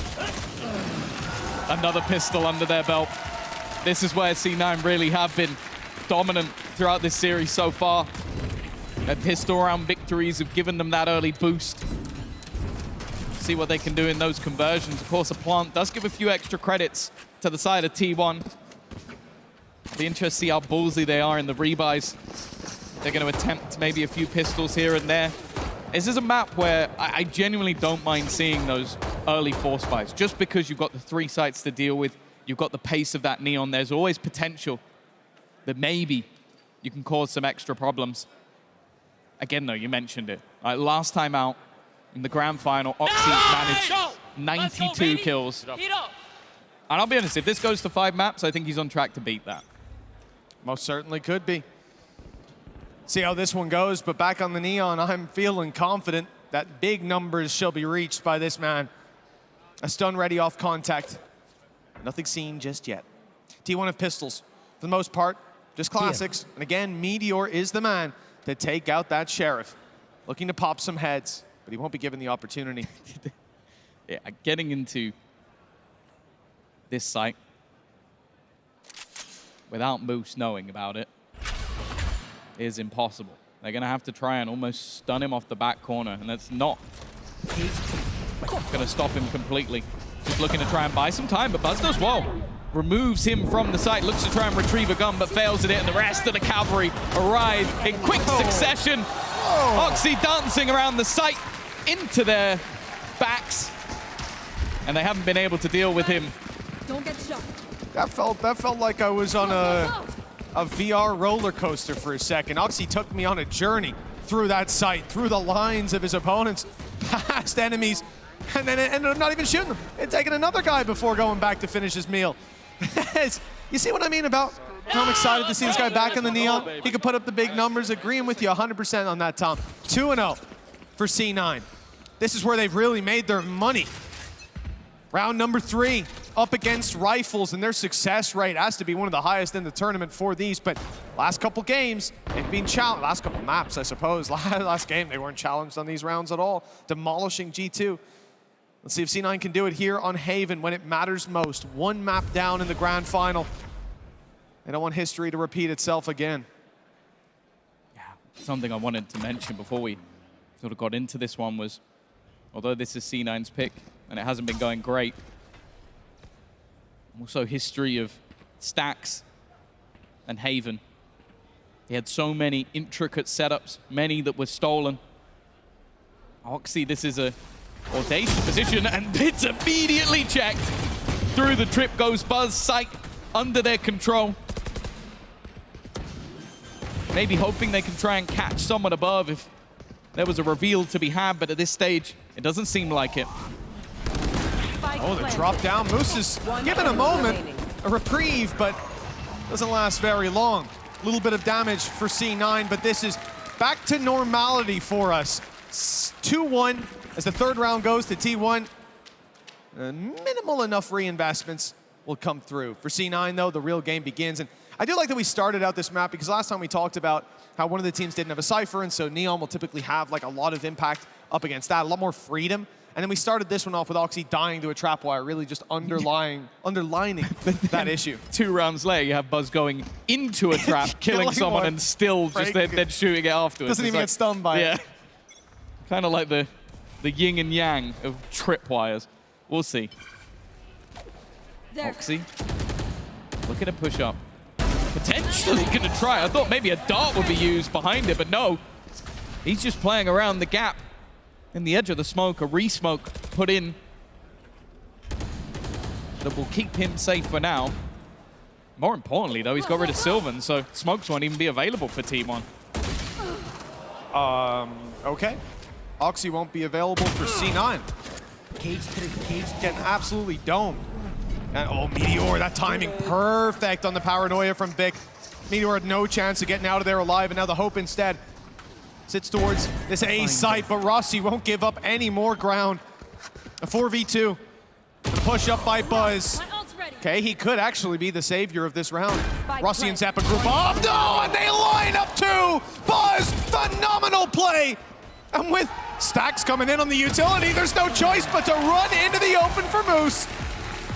That looked like C9's round, and it was, until Buzz answered the call. I'm out of here. Spoke about in that pre-map, the swap up from Oxy onto the Neon, but the same thing has happened for Buzz, both prior running that jet. And you can see why. Like, the movement just feels almost abusive. Like, it's so difficult to deal with a player that can just slide and reposition so easily, having so many opportunities to take those battles, but that was one of the few ways they get out of that round, with him getting aggressive up in their face and getting 2 for the price of 1. Camera taken out. I mean, we spoke about it for T1. The length of the day is an issue for some teams, but when you have these moments, that puts all the energy back into your body. A big individual play, a round that should have been lost, brought back by your teammates' brilliance. Let's see if C9 can interrupt that momentum with these weaker weapons. The gamble seems good, just look at the map. A wave of blue overcomes the C site, but the red is gone in the other direction. T1 have given it up. In fact, they've smoked deep on C long, waiting for the aggression to come through. They know that in a round like this and in a map this big, there is no need for them to be the ones forced to make it. They could also be waiting out the ult. That's the thing. Just almost let it go, but that's the refresh. That gives Oxy another bite of the cherry. That ult was going to be gone within a matter of seconds. Instead, he can now reposition and continue to try and spam damage. Straight through the smoke he goes, but in fact it's Zeppa to do the majority of the damage, leaving one man standing, but he stands strong. Still, the man behind his doppelganger of Rossi will close it out. Good adaptation from C9. The C play initially, their hope is to catch T1 in the middle of a push on an eco like that. Not uncommon for a team to wait the clock a little bit and So blitz close into to a the site. ult being gone. I think he had like, what, 9 or 10 energy left in it. If Meteor survives like another 3 seconds, I think that ult is gone. And then you look at what it did in the late round. Yeah, well, I mean, obviously contributed to the kill that it got itself, and then sliding around, drawing the eye, grabbing another. Cage triggered. Wouldn't have been possible. A man like Oxy to put around on the board for C9. For Rossi's calls as well to re-aggress to search for that frag in middle. That was worth its weight in gold, but Oxy, he might have done well on mid, he might have done well on C, but these A-long fights have not been going his way. Dropped now, forcing the players on site to take another position. They go down on short, but, well, they may go down on short. Being pressured from all sides as Buzz rounds up Rossi and leaves Moose and Zeppa to do it all. The problem, really the timing here for Zeppa, and ult burned on both sides. Yeah. Yeah, it's hard to know who hit who, to be honest. It was both dissipating, but I also just like the fact that after getting the connection with the drone, the immediate response from Meteor is to go, okay, well, I know where you are. I can put this cage down. You don't know where I am. And even then, I think the supportive paranoia came through from Sylvan, like straight through the wall. So the players are not only revealed behind a cage, but also hit by a paranoia. And then I think a Rolling Thunder hit at the same time. So it's like, you basically are just deaf, blind, and dumb. So it's not going to work out for them in that scenario. Again, it's what I wanted to talk about at the beginning. The power of Stacks on this map with his supportive utility. Like, you think about the DRX retake on that A-side. It was something that was so well known with combinations of stuns, paranoias, aftershocks. It's still used now. Sure, people have adapted it, throwing in neon walls and other cool little pieces of utility. But they are a team that has, for a very, very long time, with him at the helm, reinvented the meta when it comes to utility. Well, clearly feeling some pressure early on. C9 have called a timeout. And looking at the C9 that we saw the other day up against G2, not using timeouts until, or did they even use a single one in that series? I don't think they needed to. And it's a very different vibe here. You can see that T1 are pushing them, testing them every step of the way. And I can understand this as well. They interrupted the momentum. They got around that they shouldn't have with the weaker weapons, with the ult from Oxy. And then in the round where you maybe expect that little bit more, they fall flat. 3-3. It's early days in the map, but as rounds fall into T1's pocket, Cloud9 will become more and more aware of just how close they are to watching another team lift the Red Bull home ground trophy. Yeah, for some of them, that may only be the first time. For Zeppa, it would be the third. So, Front row seats. yeah, it's not a good feeling. Shadows traveling. Nowhere to run! Already an immediate setup to just get rid of Rossi. And another tag for good measure. You come off the back of a pause, you go, okay, we've got our ideas, we've got our strats from Imi. What are we going to be doing? Well, our initiator and in-game leader are dead, and one of our other initiators is tagged. That is not a good start to the round. It's not even blind look on the third hit, because you know you've just killed a guy A. What are they going to do? Rotate to A. Yeah. Where are they going to rotate through? A straight line that you can fire that ult down. Beautiful hit, beautiful gamble, and now C9, will they roll the dice of their own, believing this play to come towards the C side or perhaps even B. They'll gamble and put their eggs in that basket. The problem, even with the Cypher setup on C, they really have made the wrong read, and it's about to be shown to Meteor. The ult coming through confirms Meteor must be A. It's the only place with a body, but they're not quite going to get here in time to stop the plant. Now it's the retake that's on the mind of C9. And with weapons in hand and no credits, is it even worth it? Yeah, that's the problem. This site is not easy to retake. They don't have the ultimates that they dispensed not too long ago. Here is the paranoia, the stun to leave people in awkward positions, but Izu adds another to the death toll. Moose has done well from above, but they didn't get out. They didn't get anywhere near the site. Two players are now in the spawn, and he's done damage, but damage is all she wrote. The other players had no intent to make a move. T1 will have some additional cost, but other than that, this round is comfortable. And well, if we start to look at the credits that are available for the T1 side, that cost isn't going to hurt them at all. No. I mean, obviously losing the first two and then building up your rounds afterwards relatively cleanly. You know, for C9, I'm surprised Moose got that kill. The jump up in window, he's being watched and somehow goes out a second time and takes the kill, gets out alive. Valuable weapon carried forward, but at the end of the day, you sort of felt it after this first kill, after the rotation to the C side. It did just feel like that's going to be it. They've made the wrong gamble, and now you have to live with it. Still, though, enough weapons saved to give C9 a goodbye. They'll be able to go blow for blow with T1 in individual duels, but there will be a change in strategy. Things haven't been working out. And lots of players on mid, Recon going deep. This is a full push from Oxy, using this agent to the best of his ability, getting up in their face. Hunter's Fury put through, but T1 winning the fights to start. Hunter's Fury gets Sylvan, though, trapped in the corner with Zep, and numbers back to a 2v2. 70 HP on stacks, Buzz in the same boat. But they're the attackers, and they choose where to take this fight, grouping up and moving to the C site. The question is, will Moose be involved in this battle, or will the Cam simply set them up for the retake? Well, there's the information. Tripwire destroyed. He's hoping that someone would walk into one of these trips or give him that fight. There is the trip, but just as he looks at it, Moose takes the kill, and he can now look to reveal, but never mind. Even still, Stack spams onto the body. He knows where his teammate went down. Stun in towards that spot, and he wins the clutch again! The leader of the pack! And he's done it back to back. Different maps.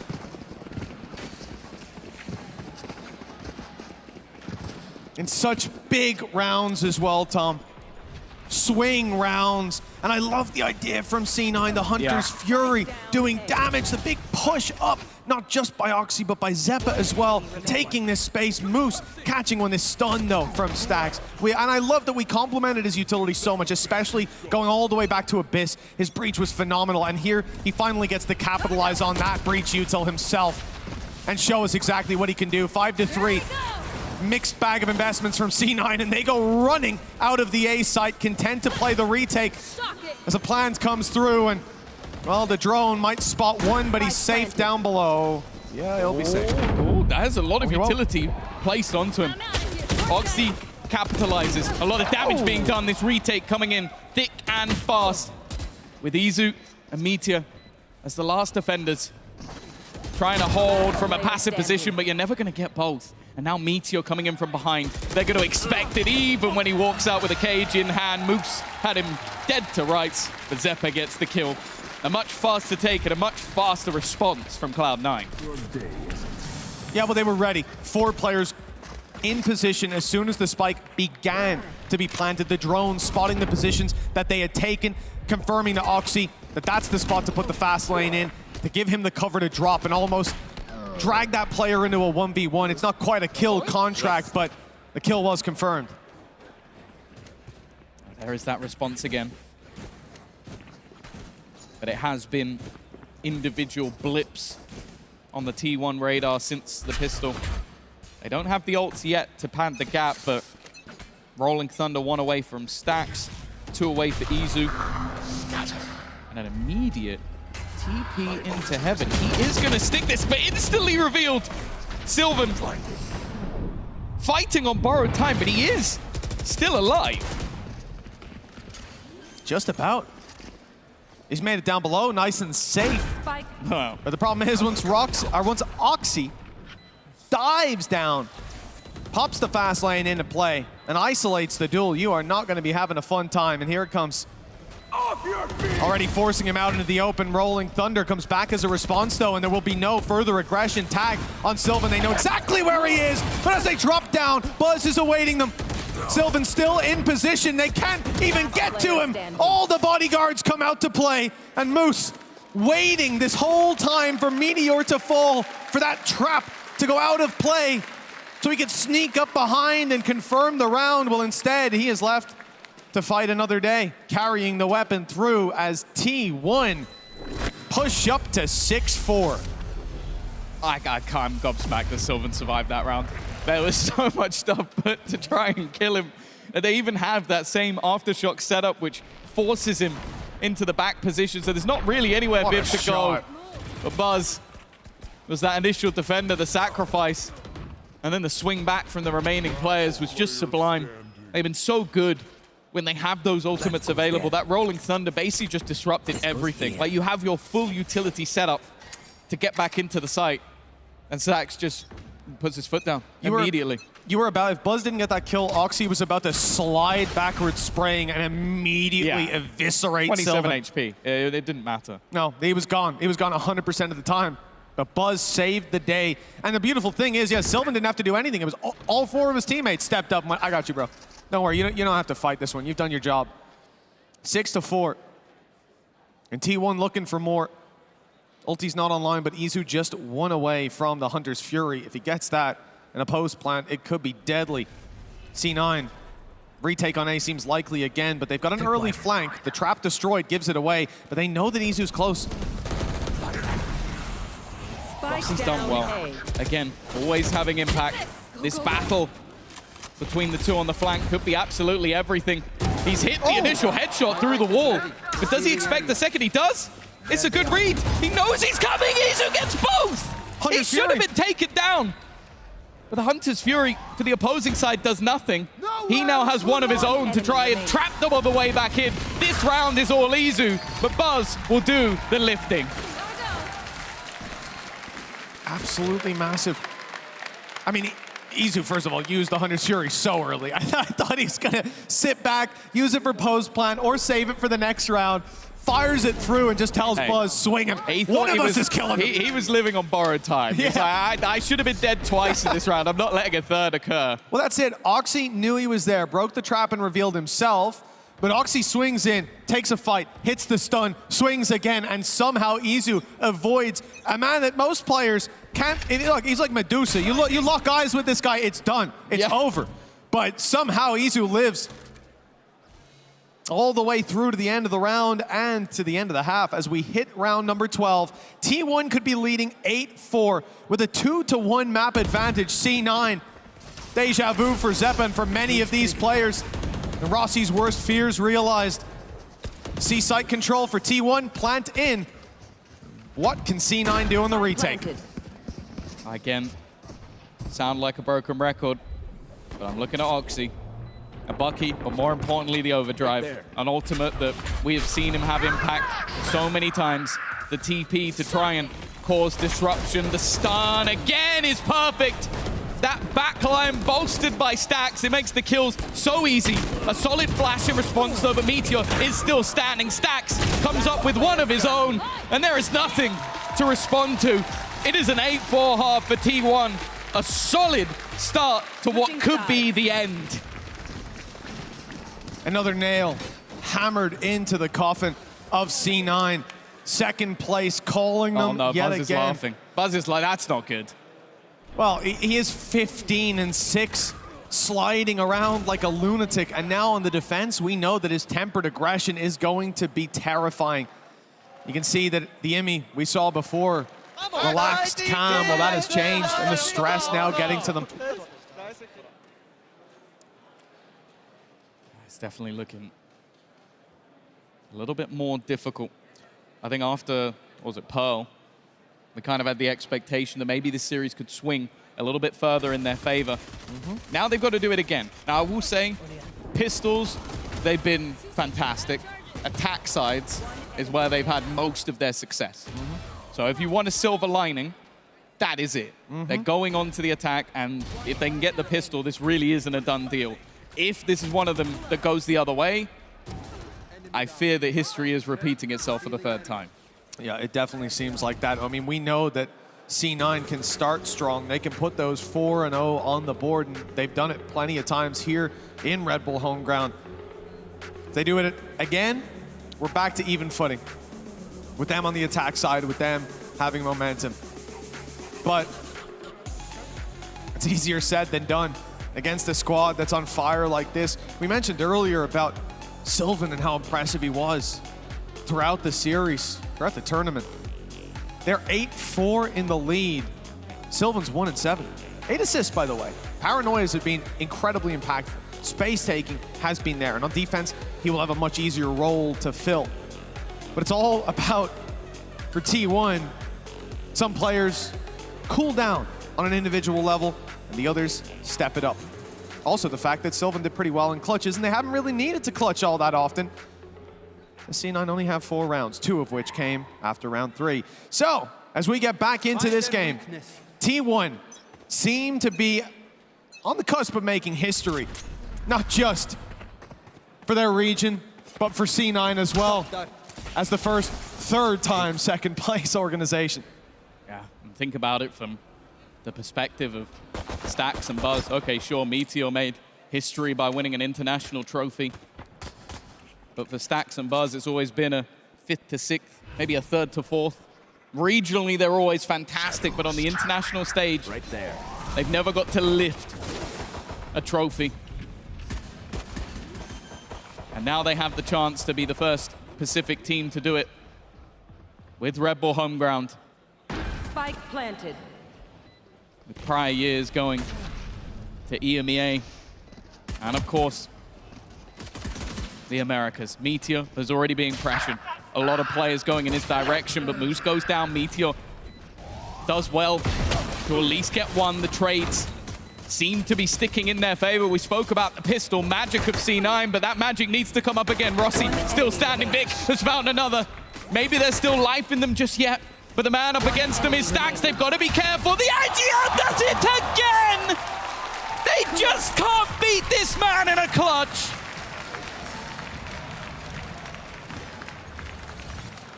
Stax has got to be searing his name into the minds of his opponents at this point.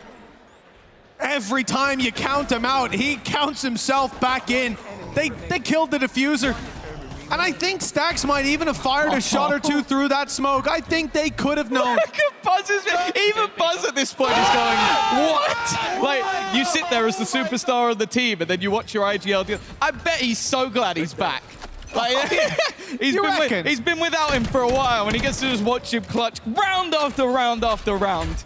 And it's not just clutching rounds, it's clutching swing rounds. Yeah. This pistol was one that C9 needed, and now their back is against the wall. They force bought, they put everything on the line and said, no, we can't let T1 get any more of a buffer. We need to stop this now. And for C9, they've done well in the past with similar investments. Paranoia sent them running to the other side of the map. They are going into B, but there are traps awaiting them. They missed the first one, and they'll run straight in.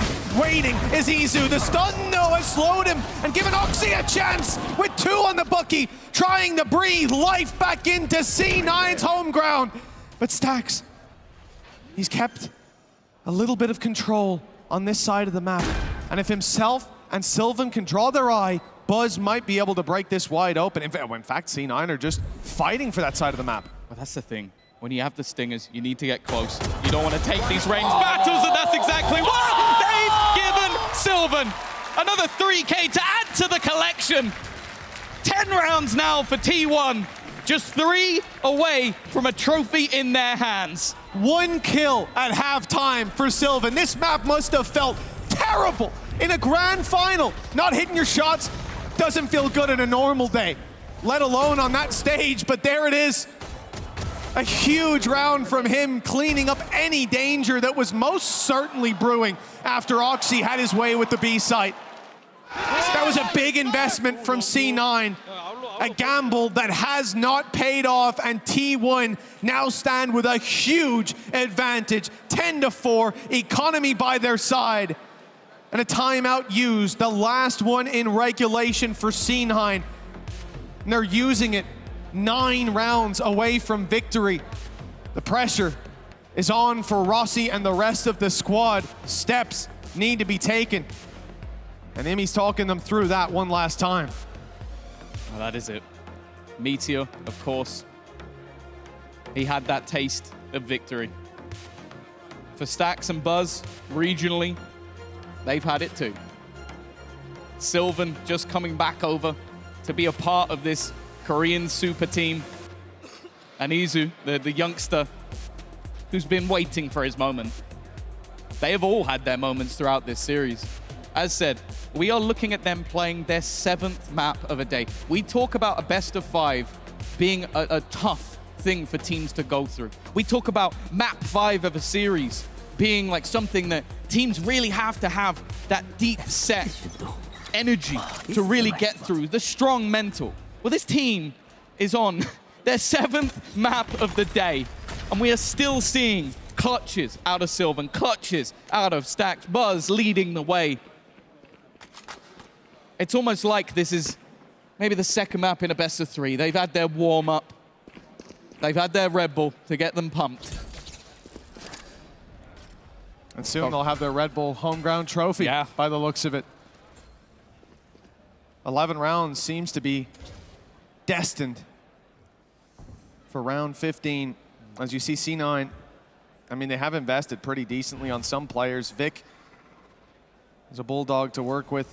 Oxy, we know he can make magic happen when it comes to the Bucky.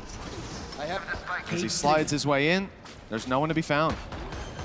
Oh my! Oh, that's not what you want to see. It's already a weak purchase for Cloud9. I mentioned it. Stax and his squads in the past were renowned for these A-site retakes. So it's what can C9 do to disrupt this? The stun will try and delay. Already maneuvering them into that back corner, but the defenders have already made their way out. Vic does well, Zephyr does well, but it's Sylvan again.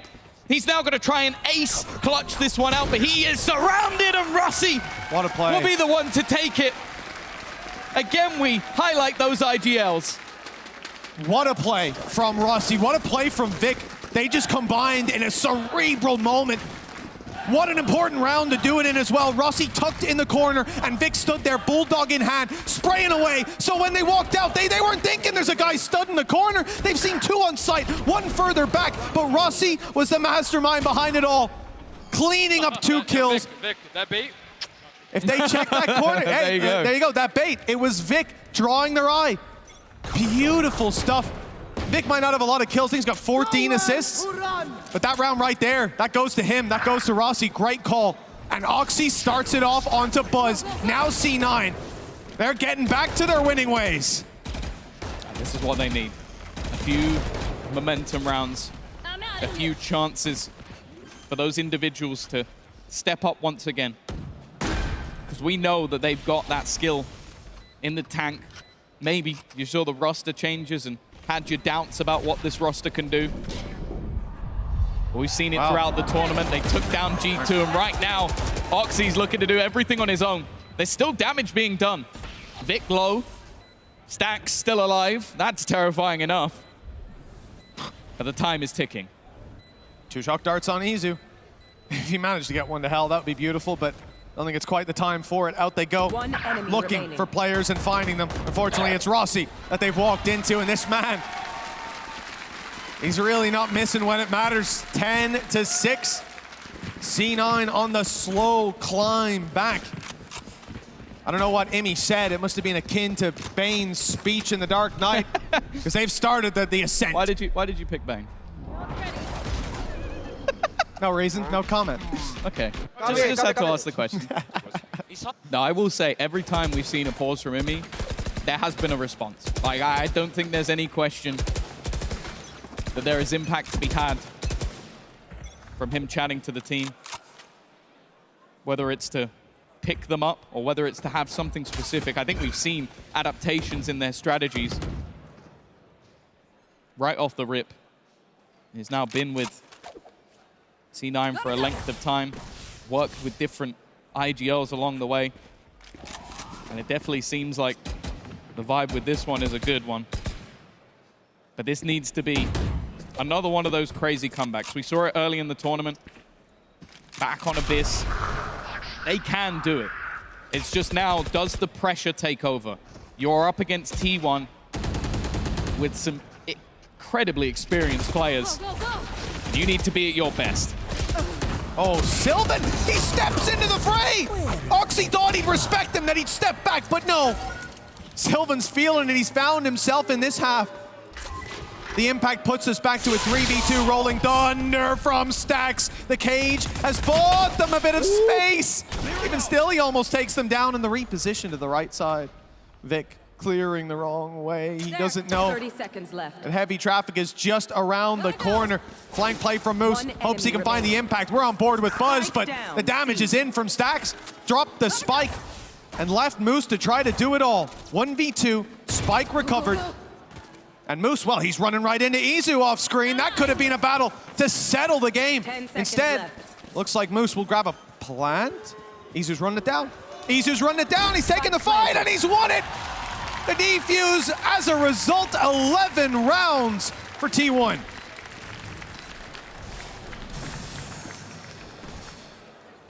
Almost out. 11-6. Again, it seemed like there were opportunities for them to try and get something in that round. Moose definitely did some damage and caused a few issues here and there. 나이스. 너 가라지 너무 좋았다 형. 가라지. We'll see if they can turn it back. The good thing for C9 is they have a hell of a lot of ults in this round. You can run it down for Oxy, the Rolling Thunder for Zephyr. And Stax had to commit his in the previous just to try and quell what was going to be an aggressive push in his direction. This time, though, C9 look like they are fully committed to C. Oh yeah, there's no backing off now. All the util put in, Paranoia slows them down though. Oxy, even hit by that Rolling Thunder. In a bit of an awkward spot, but he's sliding around at the wrong time, looking the wrong way. Stax on the backside with Buzz, putting up the numbers, and it's the triple to set T1 up for a trophy lift.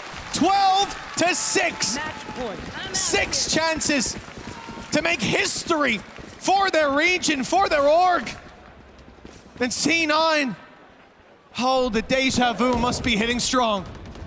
Well, that's the thing. We saw T1 when they moved back to Korea. We talk about this organization as winners. They are champions in other titles, in other games. In fact, one of the comments that was made is we need to find ourselves a faker. That was what was talked about when this roster was being built. Well, Buzz is someone that I think at least fits that bill. He has had a career that, for someone I think of only 21, 22 years old, would surprise most. And he's leading the charge here. 6 rounds in a row needed for C9, otherwise history will repeat itself for the second time. A third defeat. They still have weapons to work with, though. Zephyr and Moose are going to take the hit, not have the rifles. And for T1, well, you guessed it. They've got everything they desired and an opening pick. And it's Sylvan again to find that. His defensive side has been a huge step up, and no one could have predicted Stax walking through that smoke. The confidence and play for T1 as Buzz knocks over another domino. It's T1, your Red Bull home ground champions. An incredible performance from them from start to finish. A team that went through hell today, had to play a best of 3 versus Foot, had to play a best of 5 versus C9. A team that was built to win. They brought in Stax to lead the way. They brought in Buzz, someone who, well, within Korea has been incredible for years and years. And then they brought in a Masters winner, someone who's been there, done that, got the t-shirt. And guess what? It's just about worked. They fought tooth and nail in this series throughout today, Ian. And you know what? I think they've earned that trophy. I think you're right, living up to the hype, living up to this org's legacy while surpassing all challenges. This super team have been sensational. Korea claims the crown. Cloud9 suffer another nightmare before Christmas, failing to win a grand final for the 3rd time in a row. But you've got to take your hats off to them once again here. They put on a show for this magnificent crowd live in Berlin. But silver medalists once again. Yeah, the thing is, they were a surprise for me in general this tournament. Their decimation of G2, I don't think many expected that going in, and they came in today fighting for it. I think that we sort of looked at it from the other side, but these are the people you need to look at now. This is it. Buzz, Izu, Sylvan, Meteor, Stax, T1 are officially your Red Bull Home Ground 2024 champions!